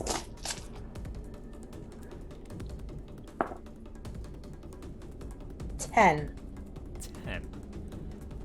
Just with your 2 levels, with your Vered, you catch the sword as you move in. It turns to take a swing, twist the sword around, and land a strike scratching above the top of it. How much damage does that do? A Verid does 4. Does 4. It does not do all 4 because this metal, it just scratches off the surface. Does some mischief to it, but not tons. Okay. So yes, Mazia, this warder, this dog with the sword, now head to head with Clegy. Does it look like it has some sort of eye function? Like, has it got a... Yeah, it's as far as you can tell, it looks like sensors in place of eyes. Excellent. In which case, I am going to... I sort of, like, pass my hand over it. And you see this sort of, like, range of, like... They start off as, like, this beautiful sort of, like, rainbow of colours. And as they get closer to this thing, particularly, I think if it's a bit metallic, it, like, reflects them back. And it's, like, this blinding white light. And I am trying to... I'm trying to blind it. Yeah. Do I just roll as if this is a normal attack? Yes, I believe so. Presumably. And that is a 5. So can I re-roll that? You can if you spend an XP. I would like to do that because I'd like this to work. Yeah, so currently it's managed to put Clegy between you and it because it saw you moving. And that is a 19. And that is a 19 as you throw it up high and it goes over Clegy's head. And this thing, you hear the of the eyes retracting against the bright light. Yes. That gives it a hindrance on anything for a round or something. So it takes 2 points of damage, and the creature's attacks are hindered Is that on 2 its next points- turn. Is that 2 points of damage armor piercing? It doesn't say. It just says 2 points of damage. I mean- don't think this would really be affected by armor. I wouldn't think It's manipulation of the sun, isn't it? Effectively, it's your Yeah. sun. Like, yeah, you can't say armor would protect it. okay. surely. In Yeah, that case, it's. Unless this dog got shades. this dog does Hey. not have shades. Or sunblock, apparently. A pair of aviators just sort of. bzzz. That's the next generation of robo dogs. Have a look. What it does have is a sword. Oh. Its sword is currently kind of locked up with the Verid, kind of between the Verid, and it tries to wrestle it out and lets go of it, and its tail, blade, kind of scorpion-like at Kleegi. Oh no. Excellent. You need to make a speed defense roll. It's doing it without being able to see you, so it's only a difficulty 4 this time. And is the blade attached to the tail, or is Yes. it picked up the sword? Oh, okay, so it's attached to the tail. Yeah, so okay. it's another blade on it. Bloody hell, in the dice tray. 6. 6 is not good enough. This blade slashes at you, kind of catching you in the shoulder. 4 points of damage. I've got 2 armor. So it's 2 points of damage. At the same time, it lifts its head and doesn't howl, sends out a sine wave, a pure tone. This tone fills the air, and you start to see out of areas of this. No, it wouldn't be out of the mural. It would be from outside, actually. You can start to see these balls coming in. 3 of them heading your way. They won't They be come here from- until next round, but they are coming your way. Letty and Trenton. Well, all I'm doing is taking a recovery roll. Okay, cool. So that's easy. It's Catching your 1d. breath. It's 1d6 plus 1, isn't it? Yeah. Or +2 if you've tiered up. I haven't yet. No. Okay, So, just one there. and I can add that to anything, Yep. can't I? Spread them out as much as you want. But yeah, you're catching your breath, and you're the one who spots the ones coming in from the top. I shout if I can. There's more of them. There's more electro balls. Ah. Shout! Letty.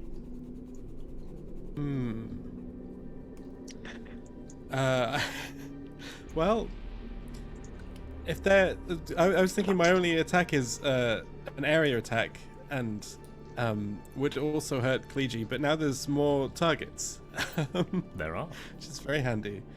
So Letty's gonna sort of look down from where she's hovering above the battlefield, figure that between them, Letty and Kleegi have probably got it, and then turn her attention upwards. And yeah, she's gonna sort of like she's gonna sort of stand up straight, but she is standing up straight on her back, so to speak, Yep. in midair, as if she stood up on something, but she's not. And she's sort of going to take a stance and reach a hand up, and she's going to mutter under her breath as she sort of concentrates exemption, and she's going to try and flash these 3 coming down. Yeah, She's going to spend a level of effort, which so I spent 4 intellect, so that's cut by 2, so that's 2 intellect, and then a level of effort.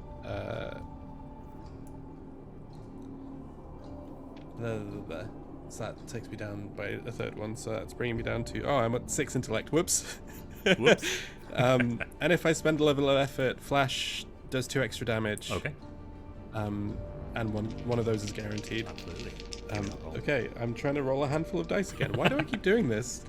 What have you been playing recently? This.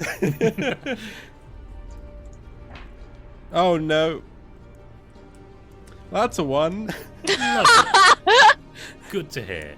Uh, You know what that does? You've got the centre of mass slightly wrong on these, and you catapult them towards you. All 3 of them fly in earlier than they were going to. Crap. They Damn those electro balls. are not taking their turn yet, but they're definitely going before you get to go again. Collegium is here, back at the top. they still take 1 damage. They still take 1 damage. Nice. Just to let you know.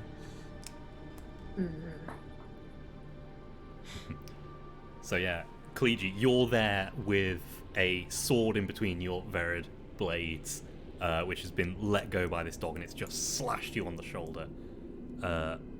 Mazir just sent that flash up. Okay, is the sword being between my Verid an issue? No, it's easy enough to tip it out and keep going. An attack. Yeah, I'm just gonna go for a. I'm just gonna go for another Verid attack, I think. Cool, yeah. So I will. Okay, that's not. I will do 1 level of effort this time. Okay. It is slightly easier to attack this time because it can't see. Okay. So what am I looking for now? It's currently only a level 4. 4. Yeah. So I need a 12. 9 or more now. 9. Okay.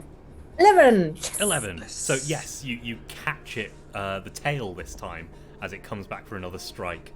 Between the 2 blades of your Verid twist and hear a snap as the tip of this tail actually comes off and skitters excellent. across the ground. The tail itself is kind of razor sharp all the way along, but it doesn't have the tip anymore. It's only going to be able to slash at you. That does 4. It's still got armor, so yes. So it's got a big scratch across its back and the tip of its tail's missing. You snapped it off with your 2-bladed sword, Mazir. I am going to grab my my whip, and I'm going to try and wrap it around its tail to try and hinder that from being able to strike Absolutely, out at yeah. Kliji or myself. I think I'm probably slightly further away because whips have slightly more range in my head. You're still in immediate range. Yeah, but and that's 17. A 17, yeah. So Whipping. as Kliji snaps the tip of his tail, you come round the other side, whip your whip sideways and wrap it around the tail, pull it tight. The tail gets pulled onto the ground. That is going to hinder it for another round attacking. Actually, yeah, attacking and defending, because you are still kind of keeping it where it is, I think. Excellent. Lovely. It's its turn. So it's going to try and jump for the sword and slash at Kliji's ankles. Kliji, make your speed defense roll. Difficulty 4, because it's now its eyes have adjusted to come back on, but it's being held by Mazir's whip. Okay, so I'll put a level of effort into it.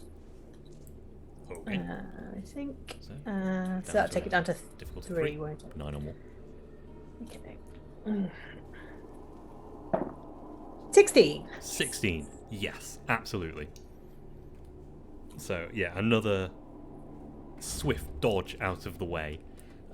This time, because Mazir's pulling the tail, it swipes the sword at your ankles, manages to grab it and swipe it, but you just jump up and actually jump straight over the sword. Now the gazers are going to go, because Letty rolled a 1. Oh dear.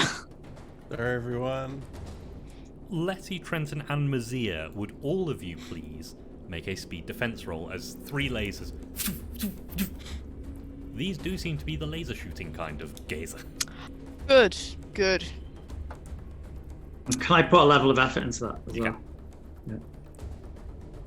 I got a 13, but I am trained in speed defense. Good enough. Yeah, you jump out of the way. I got a laser. 10, and I put a level of effort in. Yep. And Letty?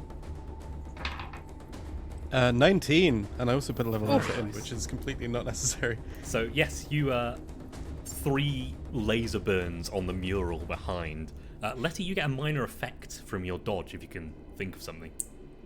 Could I say that I've got like a ward, so I've got like the swirling, gently swirling like stressed gravity around me. Could I say I lens one of the lasers slightly and it deflects into one of the other ones?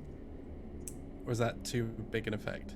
I'll say yes, but it doesn't do any damage. It just hinders it. So yeah, it kind of knocks it off axis. So the kind of triangular movement they were going in is now off axis, and they all have to readjust. So one of them is hindered for a round. Letty and Trenton, you're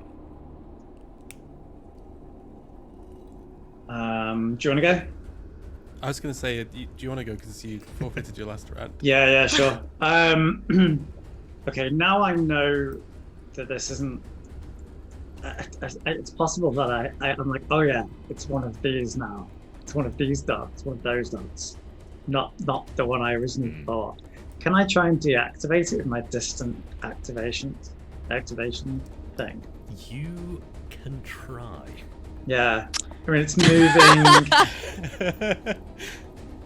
This, right. yeah, as you think about it, and after it attacked you, it clicked. This is a warder. Okay. This usually protects a person. A person. Yes. Okay.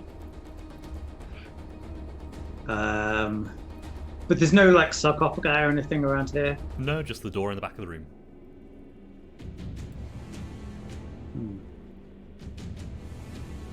How far is the door? It's a probably short distance from you. So is that an action? Yeah, that'll be an action to get there.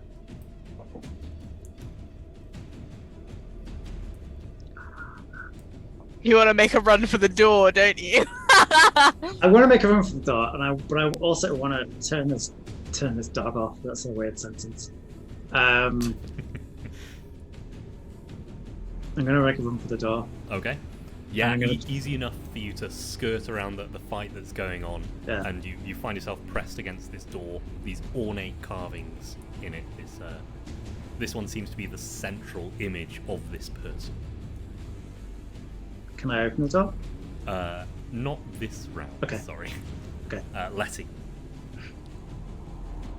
I have a bit of a migraine at this point from all of the gravity manipulation I keep doing. I'm down to 6 intellect, but I'm guessing the 3 have sort of fallen out formation a bit, so they're not really within immediate anymore because they've sort of become among us. Yeah, they'd still be in kind of immediate range of everyone because they're in this room, basically. Yeah. So if I did a flash, I'd hit all of us, I think. No, you could still get those 3 without hitting anyone because they were kind of... If Lasering Trenton at hadn't range. moved, you would have hit Trenton, but yeah. Okay.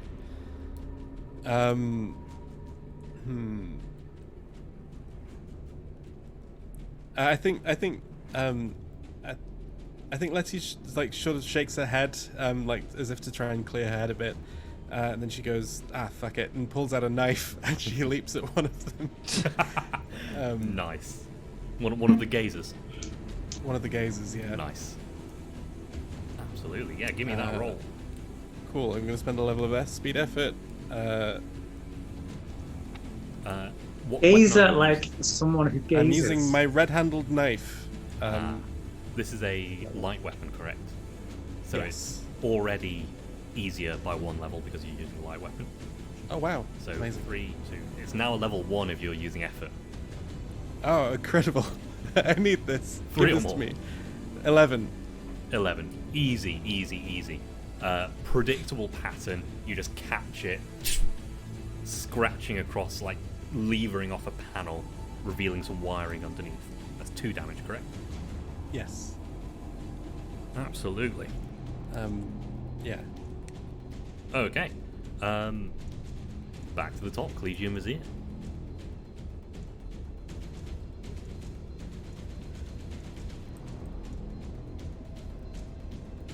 Do I? Okay, strange. So, do I know now that basically that the dog will basically go for me first, and then the orbs will come? Yeah, pretty much.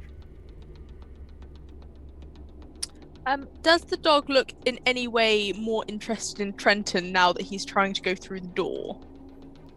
Yes. Can I use my action to, like, perhaps taking off, as in, like, releasing the whip from his tail and, like, grabbing onto his feet or something to try and stop him being able to move any closer to Trenton? I don't want him biting my pal. Yeah. If you want to spend your action preventing it from going for Trenton. Yeah. Yeah, absolutely. Yeah, make that roll. All right, and I am going to put some effort in. Okay. Would this be might or speed or intellect? I'd probably call this might. Yep. So I will take those 3. And that's a 16. 16, yeah. So, yeah, you flick your whip and dive and slide across the ground, catching the back legs, holding them, wrap your whip around a few times, and, like, retreat to a little bit of a safe distance so you haven't got the bladed tail directly above you. But yes, this thing cannot reach Trenton.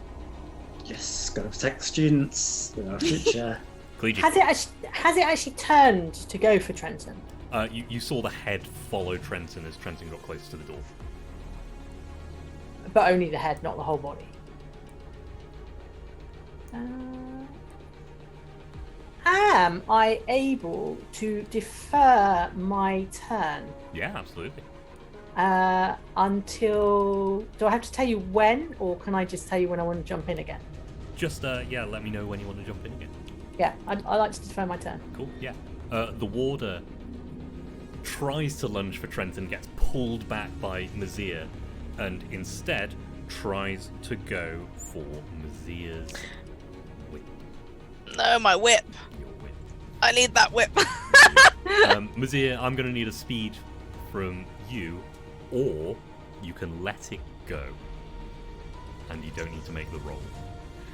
If is it like going to try and bite it, as in like bite through it? Yes, it's going to take the tail and it's whipping the tail at your whip. If I let go, do I think... Basically, I don't want to lose my whip for like the rest. Like, I'm alright letting go for now, but I don't want it to break. If I let go, do I think it will... If you let go, the whip will not break. Okay, I'm just going to let go then. Okay, absolutely. Yeah, so it frees no itself interest from your whip and turns to Trenton again. That was its action this turn, so it doesn't get to go for Trenton yet. Letty and Trenton. Not the orbs. Yes, the orbs. Thank you. Arrow. I put them at the end and then drew an arrow because stuff. It's the orbs. The orbs are going to go for Mazir, Kleegi, and Letty. Speed defense from all of you, please. Letty is eased by 1 level because that's the one you managed to hit with a laser when you lens the gravity. That is Pretty beaten up on this one. that is a 14, but I'm trained in enough. speed defense. Oh, excellent. 15. Yep, absolutely. Kleegi. Sorry, I was 13. 13, yeah. Lasers, again, scorching the walls, dodging out of the way, easy enough. It's Letty and Trenton's turn. Oh, can I intervene? So while they were firing the laser, right, I'm guessing that I'm basically in front of the warder. Yeah, basically. So, since I have successfully dodged the laser, is it possible that in this turn, my dodge effectively took me to the other side of the warder? Yeah. So I jumped over it. Yep. And is there a way I could spend 1 XP to do a jack intrusion Ooh. and have a little bit of luck on my side, in that not only did I dodge the laser ended up hitting the warder instead. I think that is perfectly acceptable. Because jacks are incredibly jammy. I do have lucky break is a specific jack and tune. Yeah, absolutely. So yeah, you saw it charging up the laser, jumped and ducked, and it followed you and hit the warder in the side, doing a little bit of damage to it. Yes, you hear the spark of it sparking across the metal frame of this dog as you look up and see a red glowing patch on the other side of it. Excellent. Letty and Trent. And Khalid, if you want to take your actual turn. Oh, is that not my actual turn then? Is that just a... Intrusions are kind of things you introduce. As I introduce GM intrusions, you can introduce player Oh, intrusions. okay. So that was as part of my... All right, so now I'll take my turn. Sorry, guys. I'm going to take my turn and attack it. Okay, yeah. And specifically at that point where, it's just been hit. Yeah. So I'm going to go for one effort again. Okay. It's not hindered in any way at the moment, so it's a level 4 with that one effort. Okay, so that was a 4, but I'm going to re-roll that if that's okay. That's fine. It's another XP. Go on, it's a good job you gave me these XP, guys. Oh my god, get it in the tray. 17. 17. So yes, again, forked blades, nothing to kind of catch and twist this time. Straight up stab in the side, trying to pry away this this panel and get at the innards of it. 17 does 4 damage, so okay, yeah, this thing is starting to look worse for wear. Excellent. It's got a few panels kind of come off. This last attack actually levered a full panel off, which had been loosened by the laser attack. It still has eyes locked on Trent. Letty and Trenton. Run! I'm going to try and open the door. Okay, how are you going to try and open the door? Is there a door handle? There is not. It is a flat kind of marble panel, basically. As I approach, do they see any buttons or levers? You do not.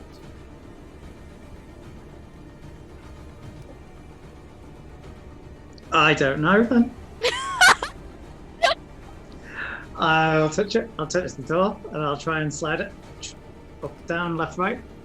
It does seem to have some give, but there's definitely something blocking it from moving, from sliding. When the warder did its sine wave, you said that did it interact with the engravings? Did you say, or did no, not just... the engravings. It was just the gazers. Okay. Is that my turn, or can I? No, you didn't make a roll yet, so. I'll probably scan it. Will I? Is that going to help? Yeah, I'll probably scan it to see if I can see any mechanism around the door to try and figure out how it opens. Yeah, absolutely. As far as you can tell, this kind of was lifted above the place by some kind of mechanism, then drops down. So there is a mechanism up there to do something, but it doesn't look like it would lift it up, at least easily. You might be able to make it do it, but it will be difficult, especially with remote activation. But that is your turn.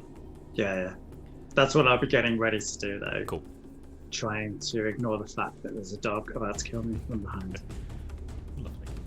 Letty. So I've got a panel open on this thing. Yes. I'm trained in performing sleight of hand and stealing things. Okay. I'm assuming there's some wires in here, and I'm assuming there's some sort of power supply or something on the inside. Yeah. Could I try and steal its inside while I'm sort of riding this thing? Yes, you can try. It won't kill it. It won't you won't be able to get the battery out, but you might be able to get the coordination system out of it or something like that. But yeah, absolutely. Give me that roll. Which dice? I've not given you any love today. That's a 20. Wow. I should give this dice more love. I was telling you it's not going to kill it. With a 20, you can absolutely pry out the battery. And Yes. this one, ding, ding, ding, ding, like, hits the ground and rolls a little ways. As the two still floating in the air kind of shake and jerk and try and rearrange themselves.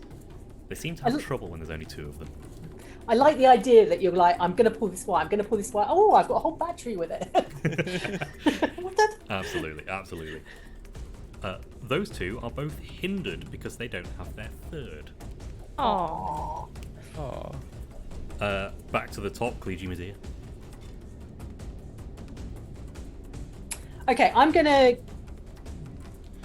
I'm going to go in for another attack on the old warder.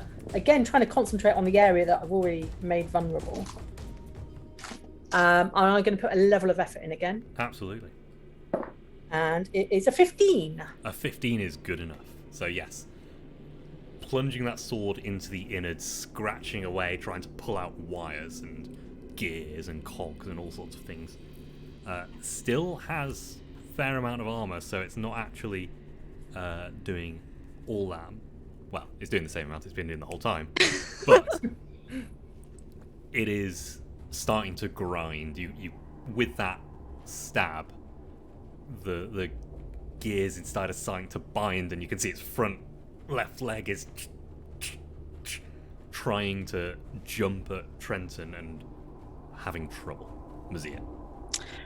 I can absolutely see that this thing is locked on to Trenton. So I would like to foil danger, and I would like to try and possibly using... He's like thrown like the whip, I imagine, like onto the floor, but I can sort of imagine it's still like coiled around his leg. I'm just not holding it anymore. So I would like to try and foil danger by running and like sort of sliding and pulling the whip and tripping him so that he can't go for Trenton in the next round. Yeah, absolutely. That, I believe, means you just spend points from your pool and you don't make a roll, correct? I do make a roll against the level of a level of creature. Okay, yeah, so it's... But I also still spend some points, but there. It's level 5. But by doing this, it will be going for you and not Trenton. Hooray! I think. Foiled the danger for Trenton. I have indeed, and I am going to spend some of my points for this. Do I use intellect points for this? Yes, I believe so. Excellent. That's a 17. Oh yeah. This dice doesn't like me, but it does like Trenton, I think. Yeah, you yank the leg of the ward out, spin it so it's looking at you, and for some reason that seems to have short-circuited it, and it locks on you. The goody. exposed wires in the middle. It's got something crossed, and it thinks that you're the bigger threat now. Phew, that was close. It's the warder's turn next. It's going to go for Mazia. Yeah. Please make your speed defense roll. Okay, that's 13. 13 is not quite good enough. Even though I'm trained in speed defense. 13 is good enough. So yeah, it launches itself at you, like all pretense of like skill. It's just trying to use the weight of its metal body and whatever sharp bits it has to jump at you. It gets that close and you just jump out of the way and skitters, sliding across the floor. Eyes still trained on you, Letty and Trenton. Orbs? Orbs. Or are they missing a go because they're hindered? They're not missing a go because they're hindered. I just keep forgetting. I'm going to move Letty and Trenton on my order to below the orbs. Thank you for playing fair. You play fair, I play fair. Yes, the gazers are both going to go for Letty this time. Because you took out one of theirs. So 2 speed defense. They are difficulty 2 speed defense currently. Okay. So I'm not 6 or going more to you spend any effort on that. So Okay. that is a 6 exactly, Good. It's close. and that's a 14. Yeah, the dodging out of the way of the one of them brings you dangerously close to another, just like singes a little bit of your hair off. Now it is Letty and Trenton. Shall I go? Yeah, sure. I think I know what I'm going to do for mine, but I'll wait until after yours. Okay. I'm going to try distant activation of the machinery, which will bring the door up. So that's 1 intellect point that I spend on that, and I only have 4 intellect points left. Okay. Which means I can only really do. I have an edge of 2, so that means I can with 3 points. You can do. If you've got 4 left, Yeah. and you're spending 3, you'll have 1 left. Yeah. Okay. So is that spending 2? But because I have an edge, then that's 2 levels of effort, right? Yeah. Yeah. Okay. So that's exactly what I'm doing. Okay. Electrical machines and understanding Numenera, both skilled in. That 2 levels of effort. It's a difficulty 1. Okay. 3 Come or on, more. dice. You've got this. Come on. Got this. It's a 9. 9. These gears start grinding, and you can see the door starting to slip up. By your next turn, you'll be able to slip under into the room. Brilliant. I will. If I have anything left, I'll shout, "I've got the door up! I've got the door up!" Yeah. Letty. Letty's seeing that the big dog has sort of launched itself at Mazia, and Mazia's sort of had to scrabble out of the way. Letty's going to look down. There was some exposed wiring, right? It's Yeah. sort of. Yeah. Letty's going to heft the knife that she's got in her hand. She's going to twirl it, and then she's going to try and throw it straight down into that exposed area. Yeah, absolutely. Give me that roll. I'm going to go with this dice because it's been serving me well. 15. 15. Unfortunately, even though it hits, it sticks in the armor. It has 2 levels of armor. Right. So yes, unfortunately, your dagger doesn't actually do anything to it, even though it hits. Okay. Back to the top, Cleege. Oops. Yeah, Cleege, you see there's a very visible red dagger, like red handle dagger that Letty has for some reason. I mean, Cleege is mid-battle. I'm sure has noted it. There's something being registered at the back of his brain to discuss with Mazia at a more opportune time. But so is the dog turned away from me now? Yes, it is. Does that give me an advantage on its attack? On attacking it? No, unfortunately not. Oh, well. Okay, no, let's just. I really thought I should find something else to do other than hit it with a ferret, but other than make it a lovely cup of tea, I'm really struggling. Sometimes battles are like that. Yeah, no, fine. I'm just gonna whack it again, and I'll use another effort for that. Ooh, let's hope it doesn't attack me. That's for sure. Right. And that was a 3. Okay.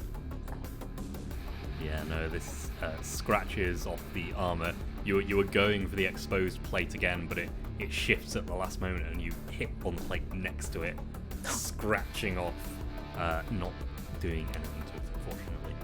Mazia. I am realizing that I have possibly made a mistake. I'm like, aha! I have rescued Trenton. Aha! This was a mistake. I'm again just going to try and send these little sunbursts into its eyes. I sort of send it down the whip that I'm holding, and they sort of go down and. Yeah, absolutely.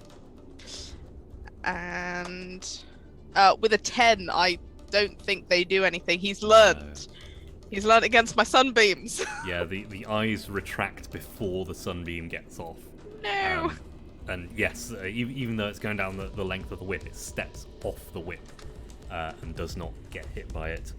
Eyes open, and it charges at you. Speed defense.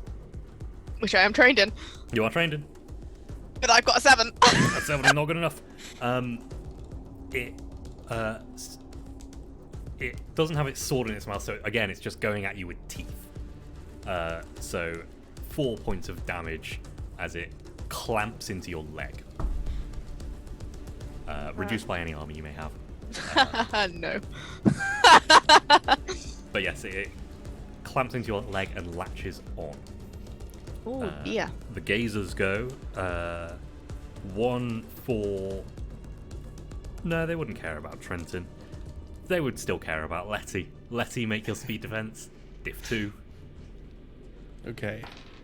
9. Yep. 20. Hey. Oh. So yeah, major effect for your defense.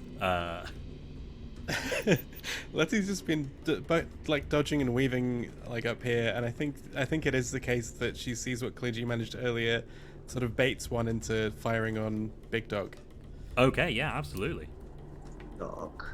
This dog is not looking healthy. It is, limping by one leg. It's got a couple of big laser burns on its side. The tip of its tail has been snapped off. It's lost its sword in the corner ages ago. And yeah, it's not looking too happy. Letty and Trent.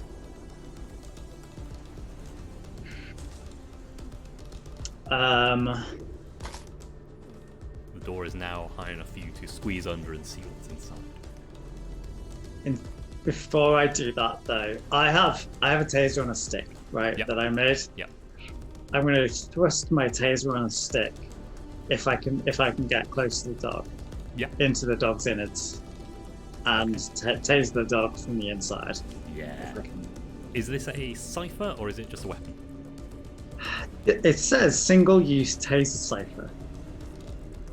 Then it's probably a cipher. Yeah, that's what you told me it was. Yeah. Let me check back in our chat, because you should be writing down your own ciphers, because I don't keep track of all of these things. Where did I get this from? I did. It was when we were in the. Yeah, I made it when we were in the room with all the. Before we climbed out, I think. Yeah. So I think this would be like a medium weapon, and because it's a cipher, an asset to use it as a weapon, as if it were a light weapon. So a light weapon that does medium weapon damage. Oh, good. Good, because I can't use medium weapons. Well, I have an ability. Well, that's good, isn't it? Yeah, it's very lucky. Okay, great. Is this a might? Might or speed with light weapons. Okay, if it's speed, I'm going to put 2 levels of effort Okay. in. And I'm getting very low on everything. Okay, here we go. 18. 18. Nice. Where are you aiming this taser? Right, so there's a panel, and Letty pulled a battery out, and there's some exposed paneling, exposed inside of the dog. Yeah. I'm just gonna thrust the thing in there and activate it. Yeah, absolutely. Thrust in, hit the button. It's leaping at Mazia as you do this, and in midair it locks up and starts tumbling at a weird angle. Mazia, take 2 experience points. Ah! Somebody else. As the thing still tumbles at you, getting a last attack, just kind of blunt force the weight of it. Make a speed defense roll. So my second XP will obviously go to Trenton for making this worse for me. I'm not quite sure. Trying. Depending on the outcome of this die, which is a 3. So Yeah, unfortunately, the whole weight of this thing just locked up hits you. Only 2 damage though this time, whew, because good. it's not using its weight. All right. But these gazers are still up. Thing is, These gazers are floating around kind of erratically now, both not really knowing how to organize themselves. With a few quick kind of blows with a Verid or deactivations or a dagger or two, you're able to kind of disable these things. And as they kind of thump to the floor, the door clunks into the top of the frame. And you can see Go. the sarcophagus beyond. It is... The bottom half of it is marble. And the top of it is this same synth material. This kind of see-through synth. Stood in one corner of the room is a large pole on a tripod with the pole extruding up through the ceiling. It's got some boxes on it with readouts and dials and buttons. Something organic, not organic, something mechanical. You can see in the tomb the armoured figure, a sword and a shield. But there isn't a sword. Doesn't actually have the sword buried with it. Question. Does the shield match the murals on the wall? And noting that it's missing a sword, does the sword match the sword that the dog was carrying? It does indeed. Ah! On small tables around this figure, almost like the Egyptian canopic jars, are small bits of Numenera, ciphers and odysseys, strange bits and pieces. Question is, are you going to loot a grave? Fuck yeah. Am I allowed to do some recovery first before I even think about that? Absolutely, you can. Yeah, I'm Because, definitely gonna do the curses same thing. and stuff. Yeah. Would also like to make a recovery roll. Yeah. Don't worry about actually doing the numbers now. We're at 11 o'clock. We'll be fine. I just want to get this decision now. I mean, these things belong... Nobody knows this is here. These things belong in a museum. Or at least to see the light of the day where these things were created to be used. It's important that they're studied. I think we need to take them so that we know exactly where they are. Can Cleege have a quick glance round at the pictographs? You said it showed a life story. Does this seem a benevolent character in all of these? The stories seem to be telling of a knight errant who went around saving villages from monsters. Protecting Yeah, fuck people. it. I'm all for Robin. I mean, should we... Sorry, where's the sword first? Because do we want to... Does it look like the sword has been removed? How is the sword not with the person in sarcophagus? So yes, the figure in the sarcophagus just has the shield in front of them. They don't seem to have had the sword with them. At least not. It's not like they're posed like holding a sword and the sword is missing. Can anybody, either Mazia or Trenton, are you able to look at the sword and determine if there's anything special about it? Yeah, I can. I can't use any abilities at the moment because I'm really low on everything. But If it's a Numenera sword, I might get something from salvaging Numenera and possibly sense danger. One of those might apply, but I'm not sure which one. It's fairly easy to tell whether something is Numenera or something. This sword is very well made, very well maintained, very old, possibly previous world, but it's not in itself Numenera. Okay. Super. And also, it doesn't look like a key of any kind as well. Sort I of. mean, I do, you know, I do think we should be respectful of the dead, but also let's think about how we could reuse these resources in today's world and help people in a similar way that he was helping or they were helped. I'm really not sure what sort of person it was, but they look very benevolent. They look like they wouldn't mind if we used their stuff for good, which is obviously what we do with it. So I say, let's go at it. I like the way that Clegia is making this argument, and I don't think anyone here wants to not take the stuff. Letty is watching with considerable interest as the three of you justify theft, a crime for which she was imprisoned for many years. The difference is not theft if they're dead. It's just technically lying around. Like, if there's a piece of paper on the floor that somebody's dropped and they have since died, it's not really thieving off them if you then pick up that piece of paper and use it. Unless you go into their house and take that piece of paper. Yeah, In which but they're case, still dead. I don't mind. I think this stuff can be very interesting and profitable. Yeah. And no one will know. And Cleetu's Right. walking into that room and having a bloody good look. Whatever. Okay. So yes, I think we're I think we're going to take the stuff. Yeah. There are 8 plinths. Sorry, 7 plinths. There are a couple of vials of liquid in these kind of same see-through synth jars. There are a pair of bracelets on one of them. There's a ceramic bird.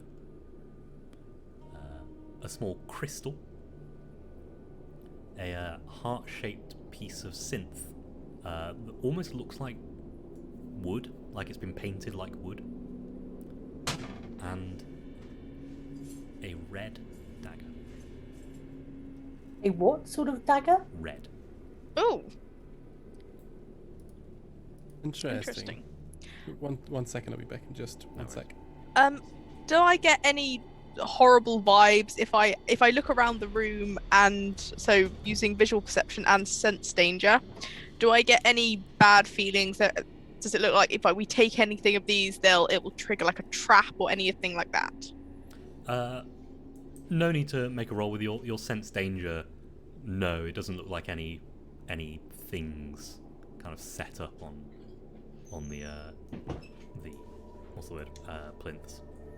So the 2 vials of liquid are on different plinths, are they? Yes, they are. Okay. Mazia, how many spaces have you got left in your bag? Uno. Hold on a second there. And Trenton, how many spaces have you got left for for 3. ciphers? 3. Yeah. So 3 of these are ciphers. One of them is an artifact. Ooh. And 3 of them are oddities. Oh. Is there any way of us telling without picking them up or taking them? Yeah, easy enough. It'll just take a little bit of time. Mm. And as you're kind of identifying these, picking over and seeing what they do, the thing in the corner hums. The pipe, the tube that seems to be sent through the ceiling goes zum zum zum zum zum choo. Zum zum zum zum zum choo. Yeah, I will. I don't know if you want to do this time or next time, but that's probably the first thing that I was going to look at, just because it's electrical and it's mechanical. Well, yeah, there's no need to make a roll. You've got plenty of time. Okay. This is an artifact. Cool. An environment suppressor. This device launches gazers that seek out pollutants in the air within a very long distance and attempts to stop the source of the pollutants. the settings were set to keep this tomb tidy, clean, untouched. Somehow, over the years, the ceiling has been eroded away so it's exposed to the outside air. And you all going away. Oh, so originally these were just supposed to be launched within the tomb and keep the tomb. Oh, okay. This thing, you can actually pack it up and take it with you. Yeah, we're doing that. Okay. We'll get to what these things are next week as you pack away some memory gel, the ranged protectors, the deception filter, the crystal flame, the heart-shaped piece of synth that you can smoke through, and a ceramic bird with a razor-sharp metal beak, and that red dagger, which is the artifact. Awesome. Can I also have picked up my whip just before we yeah. got back in here? The dagger, by the way, is a healing dagger. Ooh. We'll explain it all in detail next week, but for today, I think that's good enough as you return to the camp, telling everyone that you're safe, the stuff isn't going to happen anymore. You can set fires, you can relax.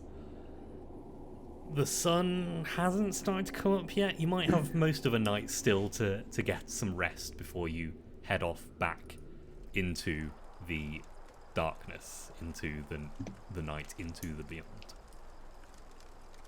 And that's where we're going to end tonight. Yay, that's good. Loot. Loot. Yeah, loot. Loot and robodogs. Artifacts. Yeah. Big loot. That was really good. Good. Yeah. Back to more adventures. Mm. And next week we're going to Rashid, which I don't think any of you picked up any rumours about yet, so you don't know what you're in for. Oh, no. Shopping. No.